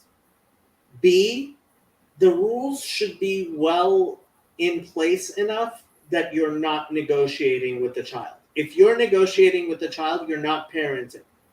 Do not negotiate with your child, right? Sometimes your child says something, you realize, oh, I should X, Y, or, right? But I'm not sure what you mean by choose your swatch. Yeah, negotiating with your child and more the beatings will continue until morale improves. Bad parenting advice. It is, and the other thing I noted, it in some ways, the way they're discussing it, the economy of spankings and the economy of reward and punishment. Not only does it remind me of people who don't express themselves properly when they are sad, I'm thinking about some of the ways that customers get out of hand at stores, where they just scream until they get their way, and then it's enforced. And they've continued being that child right up until their 40s or 50s or later. This is so I've told this story multiple times. I was in a situation where I tried very nicely explaining and getting my way. Oh, yeah. Story. And I walked away and I went, if I go back and I make fuss and scream, I'm going to get my way. Mm-hmm. And I thought to myself, I hate the fact that I live in a world where this is going to work. And I went and I fussed and screamed and I got my way. Yep. And it saved me a lot of time and $100. Yep. It's like, and you're not the only one who knows that. I see it every day. Yeah. How to raise a Karen? Exactly. Yes. How to raise a Karen. Which is not the main lesson. Yeah. Yeah. You get to come back in nice and joyful. What about disciplining in public? What's a good balance between letting things go, dealing immediately, or waiting until you get home? Or okay, so this is the first problem. Their discipline is based on spanking. If you cannot figure out your discipline so that it's, I mean, When they're asleep in the car. Disciplining when they're asleep. No. I think maybe it's talking about waiting until you get home, but then they fall asleep on the way home. I'm not sure. Yeah. Something like that. But disciplining in public, how do you? I okay, the question asks a very important question, which is how close does X need to be to Y? And the younger the child, okay, so a child under 1, do not have any idea that you are in fact disciplining a child under 1. Like a child under 1, certainly under 6 months, but under 1, you may want to train behaviors by immediate gratification or not, but that's about it. Under 1, it's immediate gratification. It's immediate, like, Whatever. training, like Pavlovian training, right? As they get older, they can start relating things, but like, if wait until your dad gets home and like the punishment is too far off, unless the child is over 8 at least, you're just wasting your time. And frankly, one of the things that has really taught me about this stuff is having dogs and cats. Mhm. Like, the good thing about raising a dog is you learn the limits of if you're good at training your dog, which many people are not. I see bad dog parents here too. Oh, horrible dog parents, and you just know that they're horrible parents. Like, if you cannot train a dog well, you're not going to be able to train a child well. Yeah. I wouldn't do it. Not unless you want a pitched battle with Child Protective Services. Basically, what I would do is Nancy used to do this really well. When the sin zone was at the grocery store. The public issue. You take the kids to the grocery store Because they know that you can't. They know the laws. They know the. And so Nancy would talk to them before you go to the grocery store. And one of the rules is you can't ask for anything, right? You can't ask for anything. It's like she did that a few times. See, okay, punishing your child for communicating with you is bad. Yeah. Punishing your child for like whining, that's different. The manner in which they communicate, if they're pestering, they're like, if your child wants to ask for something, they can, like, I would encourage communication. If you say no and they start arguing, that's different. And if you And frankly, once they learn that when you say no, no means no, they will not. if you get it all the way through without whining or asking for anything, then I might buy you a treat at the on the way out. But that's up to me. But she'd give them an exhortation, a talk before going in. If they misbehave in a remarkable way, really acting out, I would just leave the shopping cart there and take them out to the car right away. If it's not quite so marked, I would just wait till you're in the car or wait till you get home. But I wouldn't do it in public. Do it in spanking is a given thing that happens in their home on a regular basis. This is how you know somebody's bad at corporal punishment. Like, there is no excuse if corporal punishment is a normal thing in your home that happens on a regular basis. Certainly if it's happening on a daily basis, but even if it's happening on a weekly or even monthly basis, you're doing parenting wrong. Yeah, this doesn't make sense to me as a parent. It just doesn't. How do you know when to start disciplining your children? How can you be sure they understand the discipline when they're old enough to whine and hit but can't really talk yet? Well, are they old enough to understand the connection between whining and whatever it is they want? They're smart enough to handle that, right? So then they can handle the negative consequences for the whining. If they're whining because they Okay, if your child is pre-verbal and you're spanking them, you're just not getting it. My gosh, I mean, when I think about my Jacob, he was, they would call him pre-verbal in some sense right up until his 20s because of the language issues. Well, okay, yeah, no, I never resorted to half the stuff they're talking about or that play of things through my mind in public. You have to be able to deal with the situation effectively regardless.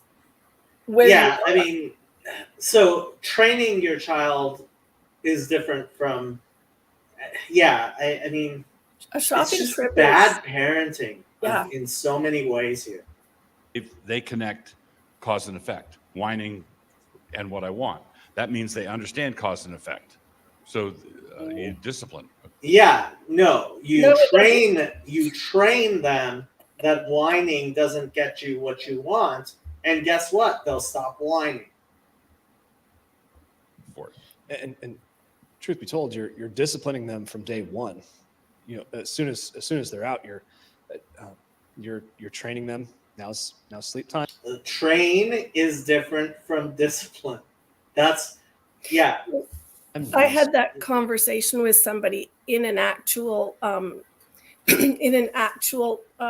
church or more theological discussion, saying, why do you keep saying discipline, which is the same word that comes in the Christian context from discipling, which is what you're saying. There is training, there is punishment, but don't confuse what discipline is. Discipline is that dynamic that you have to have in a healthy way. Dolly, it's only been 2 hours. Do you know how long my streams go? Come on. So Spencer Clavin signed his book for me, and I told him about my 7-hour streams, and he made a joke about it when he, like Jacob with his 7-hour streams. Stay on the blanket time. You know, you're teaching them all the way through, and so you have to be adjusting that discipline as they grow older, so it fits the crimes. Yeah. So another example is in the middle of the night when the baby's fed, the baby's changed, everything's fine, and you've checked on everything. They're absolutely fine.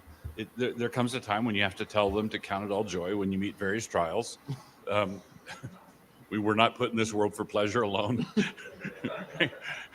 Put them in. I don't know what blanket training is. What's blanket training? Is he? I missed exactly what he said, but is he doing that thing where one of them used to give? I don't remember if it was a family or if it was one of the psych classes that gave the analogy of you can go to the edge of the blanket but no further.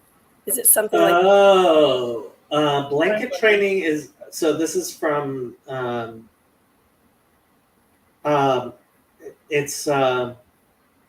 So apparently the Dugars did this, and that's how people know the name. But according to Wikipedia, blanket training, also known as blanket time, is a method adapted. Adapted from the methods encouraged to train up a child, published in 1994, and written by Christian fundamentalist Michael and Debbie Pearl. To train up a child promotes several harsh parenting techniques with a focus on child obedience, which have been linked to multiple child deaths.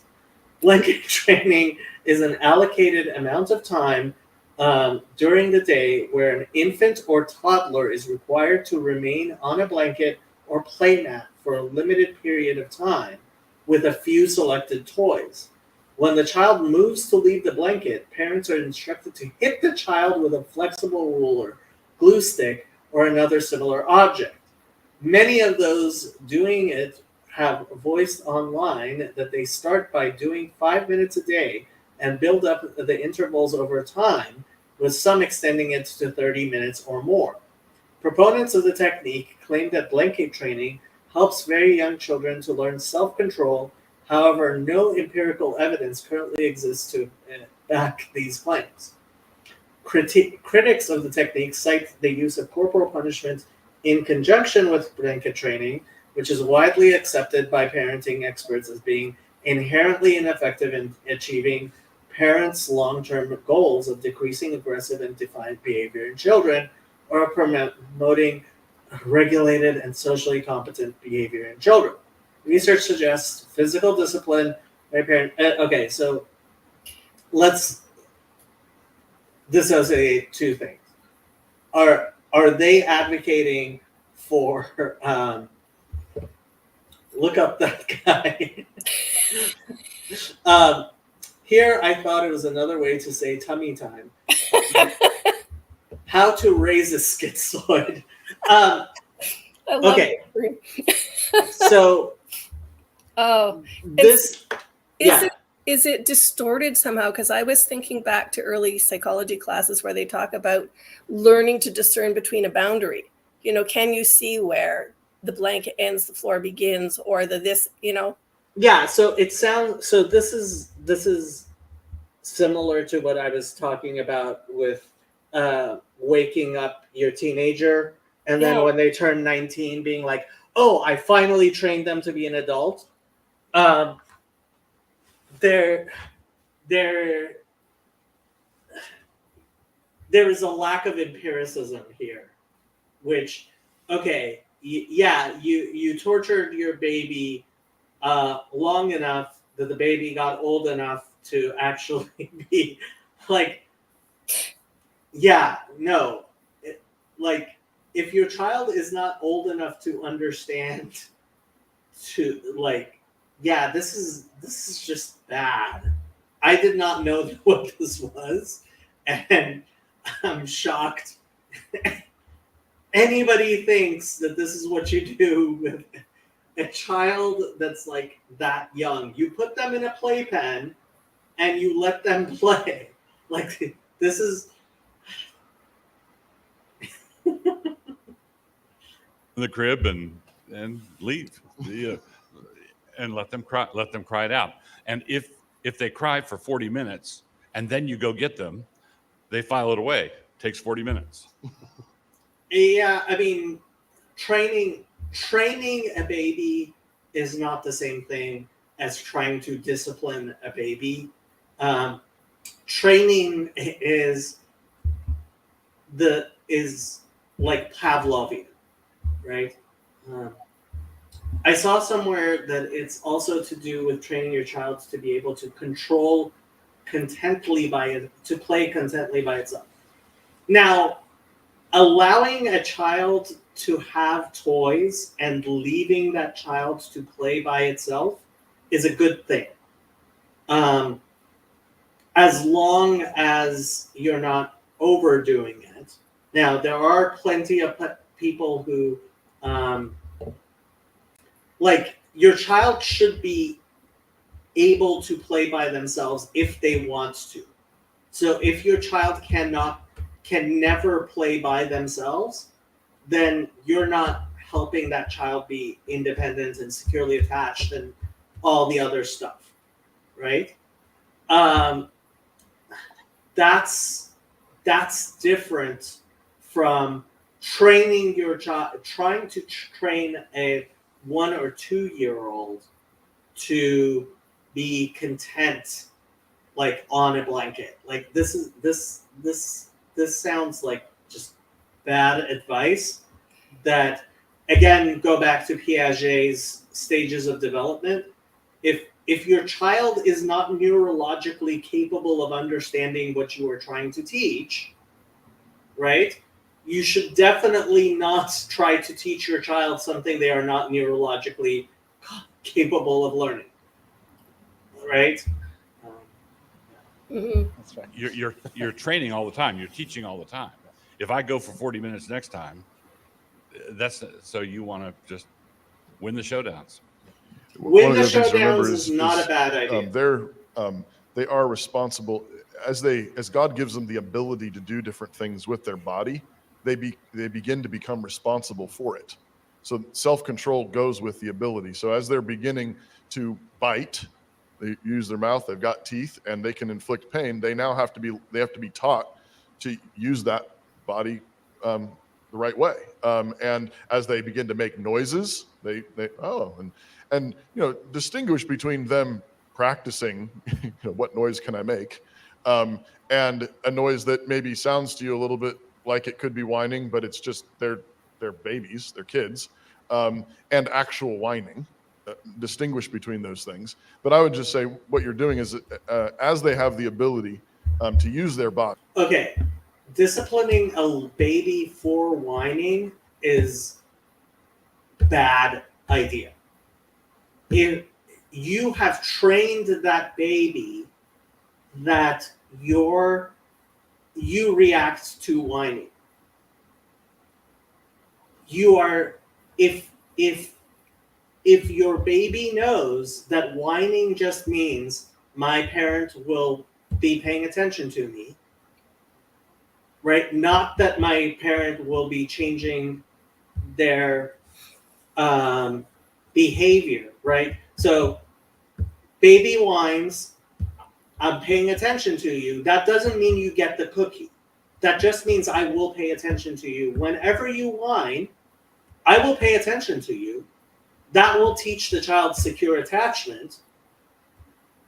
Training a baby that whining makes you emotional and is a way of pushing your buttons, that's bad training of your child. And that includes if you spank them when they whine. So whenever your child whines, you pay attention to them. Now, there's sometimes when you need to train them, my attention is not going to be my reaction, right? Which is why baby monitors can be a really good thing, right? That you can be in another room. Yay for baby monitors. I'm a huge fan. But this is just bad parenting in so many ways. Here's Go an ahead. interesting question on whining. It's not literally about whining, but because Jacob could make sounds when he was young, but he was not turning them strictly into words. Okay, but Jacob is a special case. He's a special case. Yeah. But I was going to ask a question around patterning that relates to that, because I noticed that if I noticed that he was vocalizing and I tried to get him to copy my vocalizing, he was less able to do that. But if he noticed that I was copying his vocalizing, he would repeat the cycle. And he was watching me with a different intensity.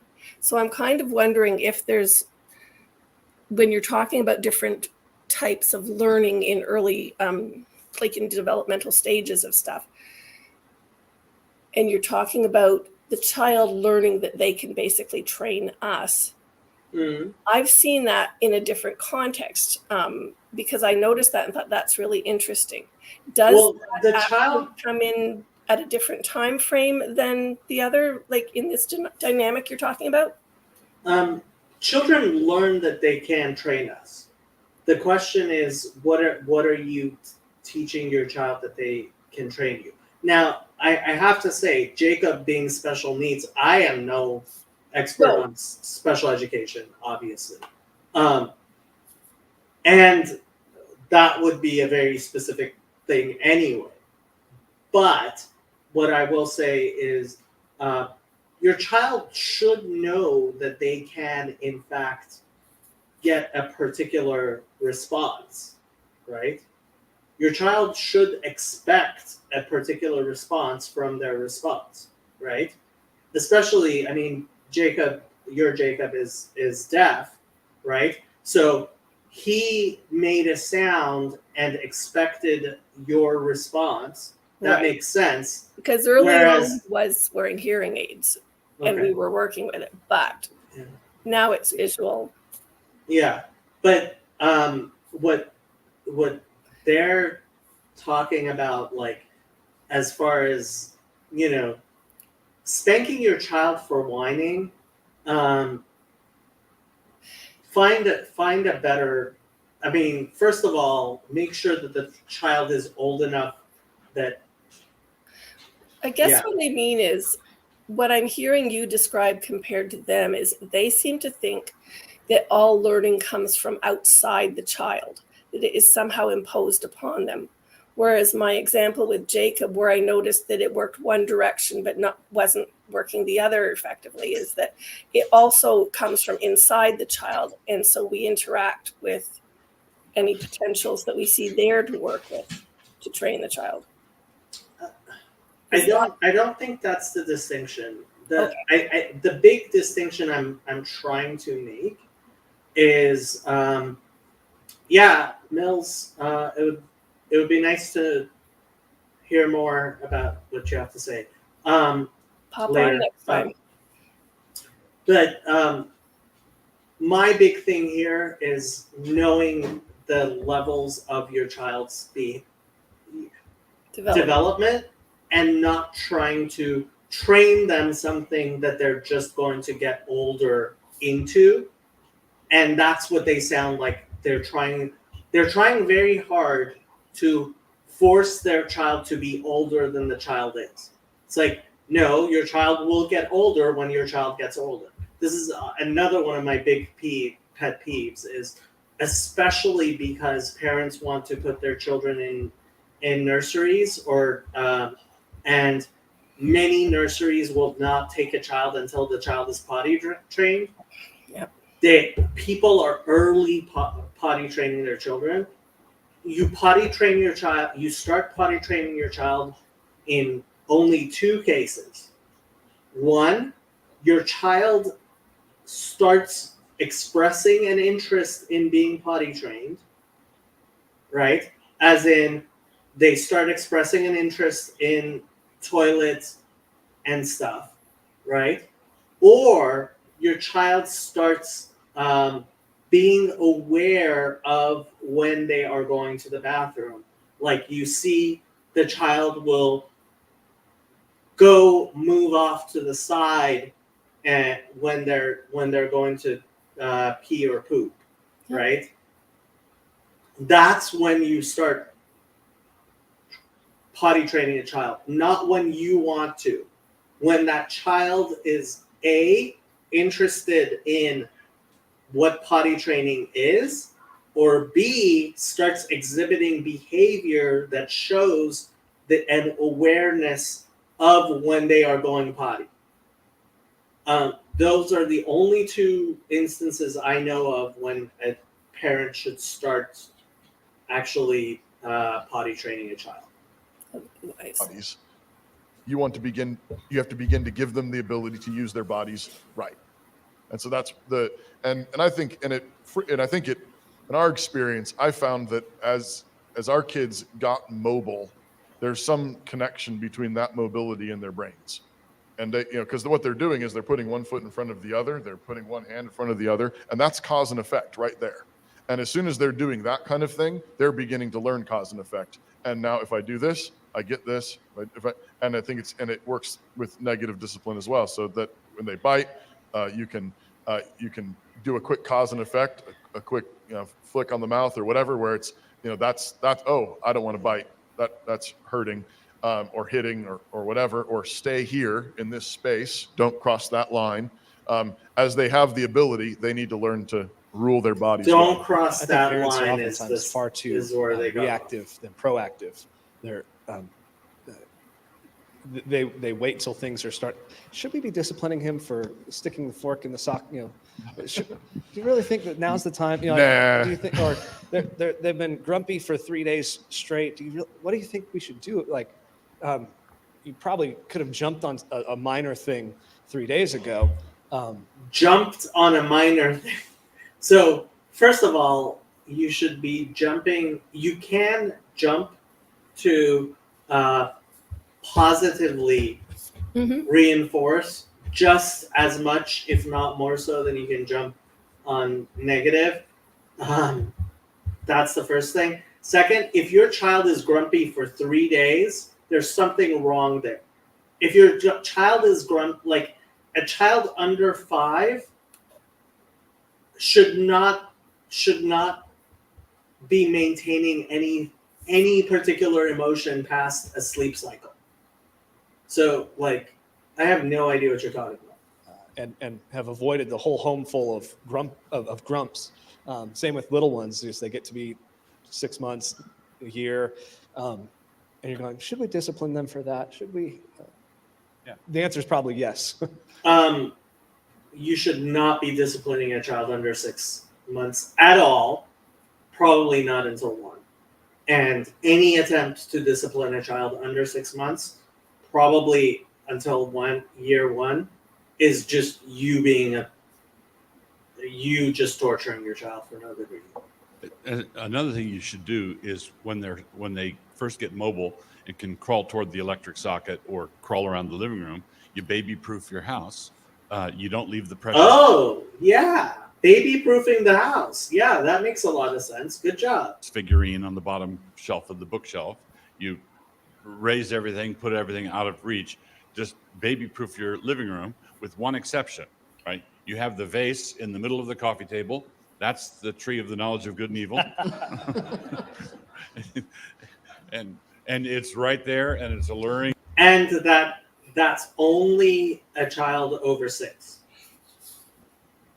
At least has to be a child over 6. Child under 6, you're just an asshole. Buy it from the Hope Center or something. So That's right.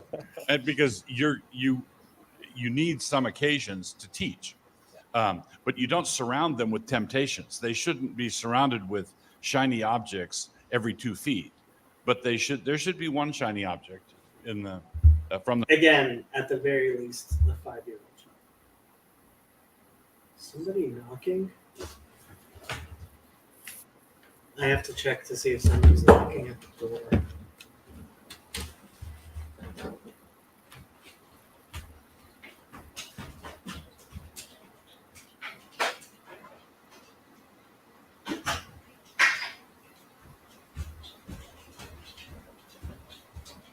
I thought I heard knocking.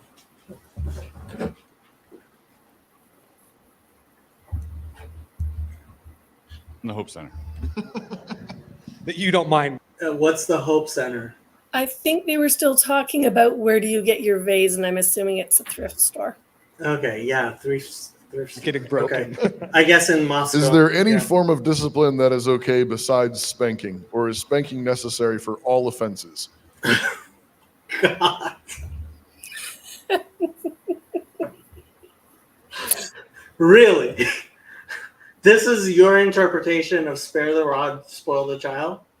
That's your interpretation of spare the rod, spoil the child. It is, sadly, for a lot of Is timeout ever effective? So jumping back to little ones, when you first start disciplining, commensurate with their mobility and what they're doing with their bodies, biting during nursing or things like that, just flick their hand or flick their cheek. Just a deft touch. It doesn't have to be spanking for every, if they reach for the electric socket, swat their hand. And oftentimes, when they're really young, it's the displeasure that is from mom or dad that's the issue. As they No. If you have a good relationship with your child, the displeasure is always the issue. You're just telling me that as your child gets older, you're just training them not to care about your displeasure. You're you Yeah. get older, I would move to spanking as the standard discipline. If spanking is your standard discipline, you're doing it wrong. But there are other forms of discipline. If a kid runs into the living room whining because of something that happened in the back of the house, and mom says, wait, let's run back down the hall and try that again. I want you to make a better entry this time. No whining. That's discipline. It's corrective. You don't have to go right to spanking for every offense. But every offense you should be teaching, correcting, admonishing, and then spanking. Every offense should be related to the discipline. If you're not if you have a standard punishment, you're not actually training your child. You're not actually, yeah. This is just bad plan. And then I'm wondering, in terms of when he says, like, every offense, just some of the overlay of language there. I'm wondering, do they have a category of things that aren't offense? I mean, they must, but I'm wondering. And as necessary. And then things like, until you're prepared to cheer up after the spanking, you can stay here. So this is in my talk. This is why I wanted to emphasize both sides of this: training and correction. So the practice, the practice that you can practice as a form of discipline. And so the kid running into the room with the bad attitude, and you say, whoa, let's try that again. Go back out, come back in with a joyful attitude, and tell me about it again. That's a form of practicing. Now, if it's the third time in the same day that you've got to keep running that practice, then at some point you say, all right, honey, I've had to address this with you a few times. If you come in like this again, there's going to be consequences. There's going to have to be a spank. So there's definitely a place for that.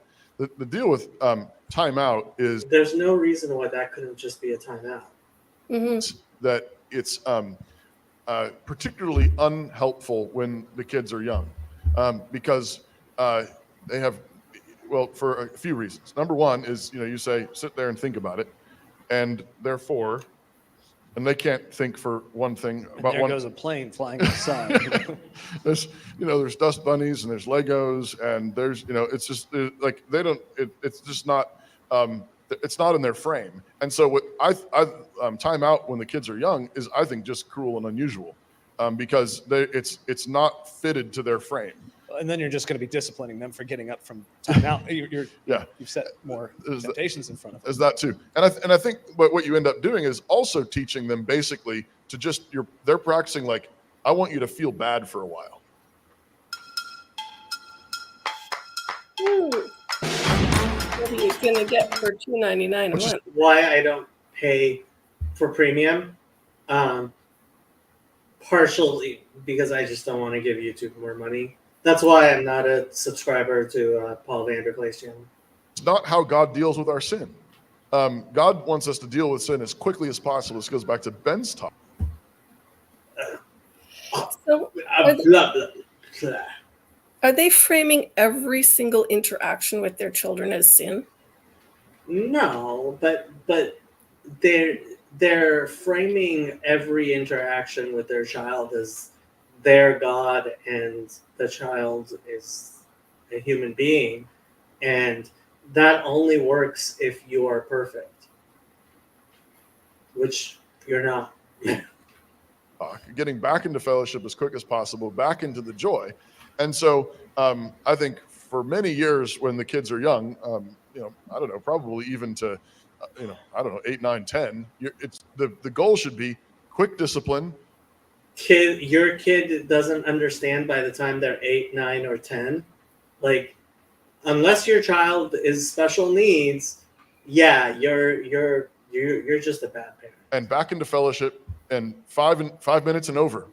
It's quick as, because what you don't want is to be training them to think that it's normal to walk around here or sit in my room with a cloud over my head, because what you're teaching them is that's. If your child has a cloud over their head, and you're teaching them to smile anyway, you're just teaching them to lie. That's how God is. But God's not that way. God wants us to get. Yeah, God knows what you think and what you feel and what's in your heart. And if you want your relationship with your child to be like God, your relationship with God, then it should be built on honesty and intimacy, you fool. Whenever there's a cloud overhead, it's because we won't get out of it, not because God won't let us out. God wants us out right away. And a temptation for parents, I think, is to, if they've disciplined the child and they're still flummoxed about the child's misbehavior, and they're carrying a cloud of aghast unbelief that their child would do such a thing. They've given the discipline, they've done forgiveness, but then they're walking around with a suspicious eye towards the child, rather than, you've forgiven and we've been restored, let's go. The same principle applies running ahead to older kids with grounding.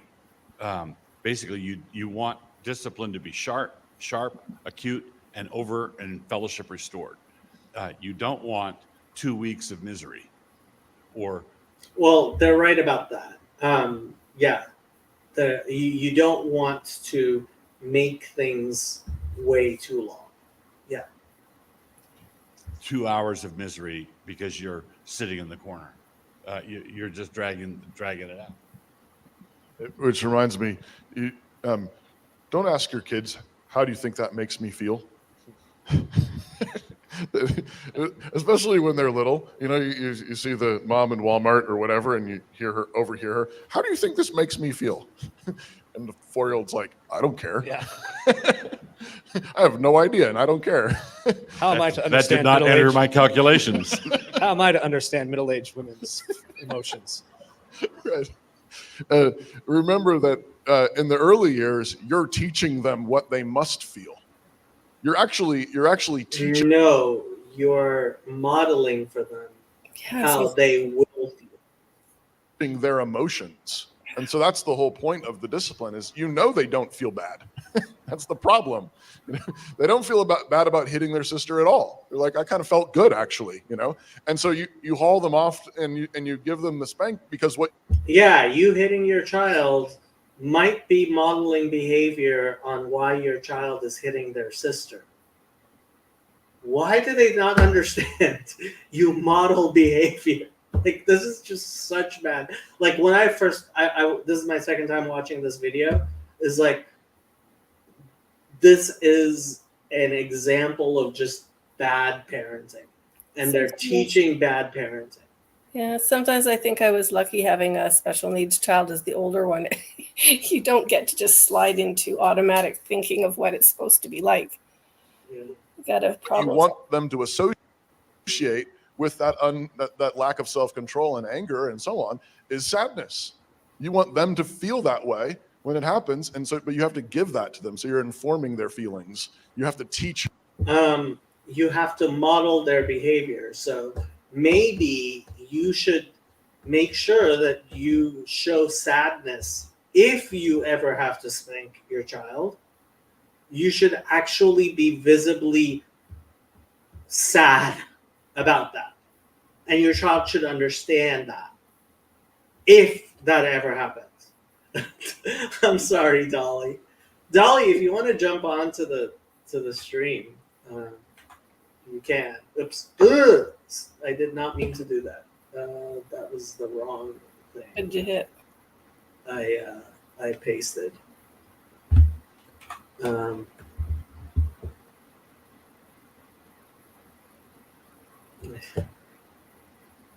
meant to paste the link, and I pasted something else. Their hearts to feel rightly.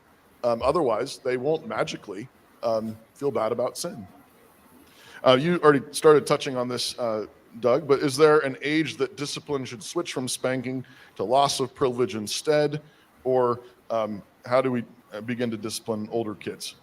Yeah, so I would say what we practice, what my folks did with us, and what we did, and what our kids have been doing, is I would say corporal punishment. You should budget for corporal punishment being done by the time your kids are 12 or 13. Okay. Corporal punishment should be from basically. Dolly says no, because then you'll see my facial expressions. That's what makes it fun. So corporal punishment should not be a regular thing, and it should be done. And what, in my experience, I have seen is a parent may need to actually use physical hands at, I don't know, age 2, 3, or 4, when the child needs to understand I'm bigger than you are. And then sometime around the age of 12, it might still be necessary to be like, no, I'm still bigger than you are. But actually, there should be, generally, it should be, this is extreme, right? So, yeah. After that, it's like you're hitting an adult, and there's the additional element of humiliation and all of that, and the children are moving into adulthood, and so the discipline should transition to adult-like consequences. They break something, they work extra to pay for it. So what would happen if they're out of the home, they have a job, and they did something wrong? Well, they would have to labor or work to put it right. So basically, when you're in the teen years, you should look for a conversation, seeking forgiveness. Mom, Dad, I'm sorry I did that.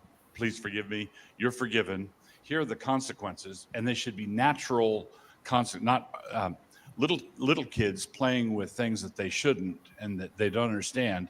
What you're doing is you're giving them artificial consequences because you're teaching them. So he's assigning this at 12 when it should actually be closer to 6 when this transition happens to actually understanding what's going on. Mm-hmm. Yeah. The connection between the disobedience and the pain, but the pain is artificial. As the kids are approaching adulthood, you want the pain to be more and more real life. And so artificial consequences are for little kids, genuine real world consequences are. So I would say artificial until 6, after 6, more and more real world. And artificial can be, Mom is sad that you did this. And for a little kid, that's devastating. Are for older kids. And I would say, generally speaking, if you've been a tight disciplinarian, I would estimate with our kids, 90% of all the spankings occurred when they were 5 and under. So you're establishing authority, you're getting everything done, you're getting. Yeah, 5 and under. So, yeah. So I suspect that most of the problem here is his wife, because Doug seems to have actually been, yeah. The correct responses there. And then from 5 to 12, just a handful of course correction discipline.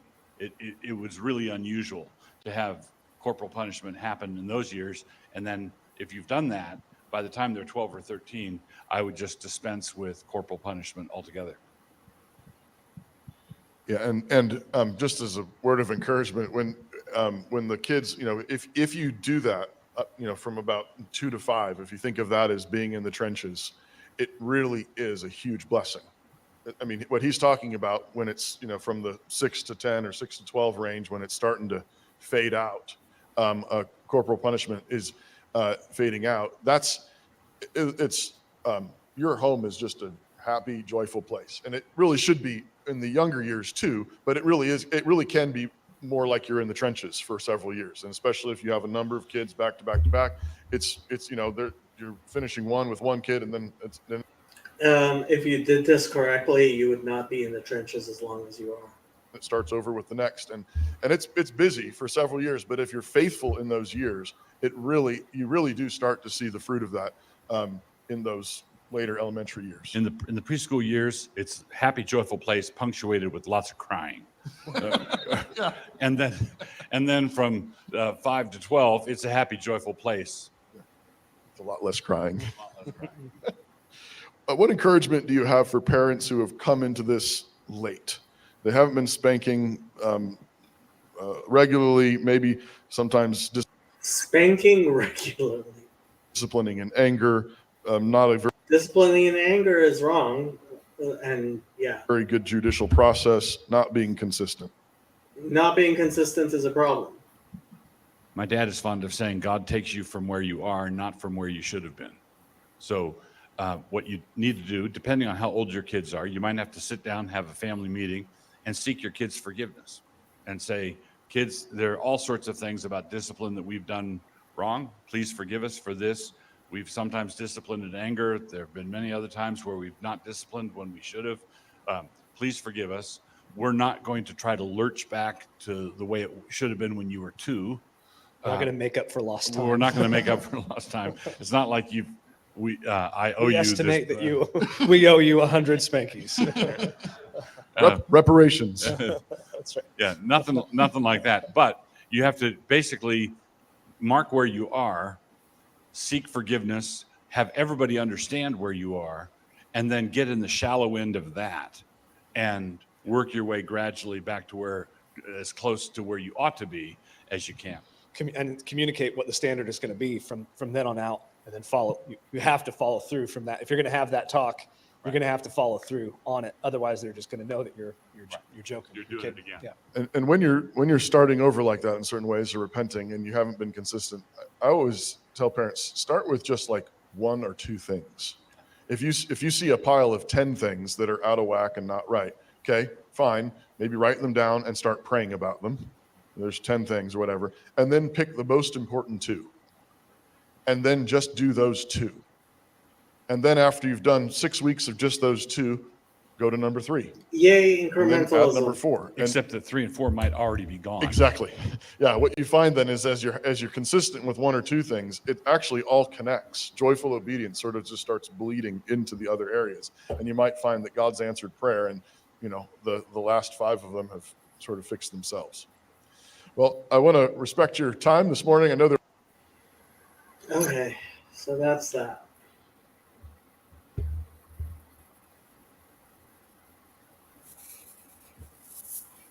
So, what did you think?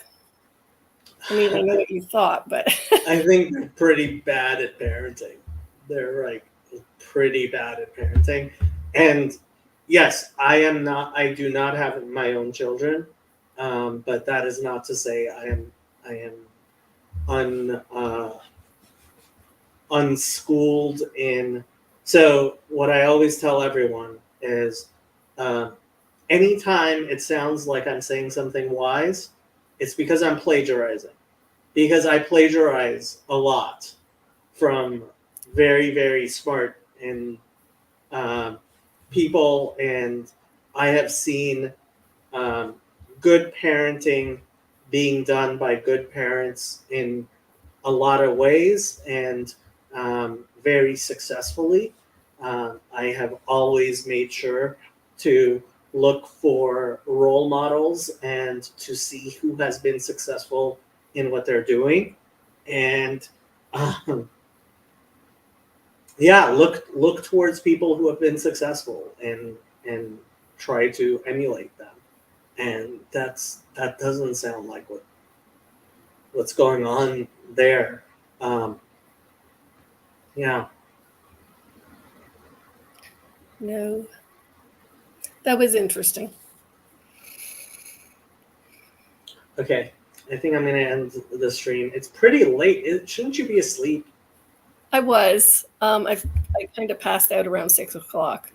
And it's not Thanksgiving for you guys. You guys have Canadian No, Oh, it's Thanksgiving for you too. Happy Thanksgiving. Thank you. We've been there, done that. Yeah, you guys, it's not a holiday. It's a holiday for us. So, Yeah. But it is my day off today, so that's okay. But you're right, it's 2:20, so. Okay, good night, everybody.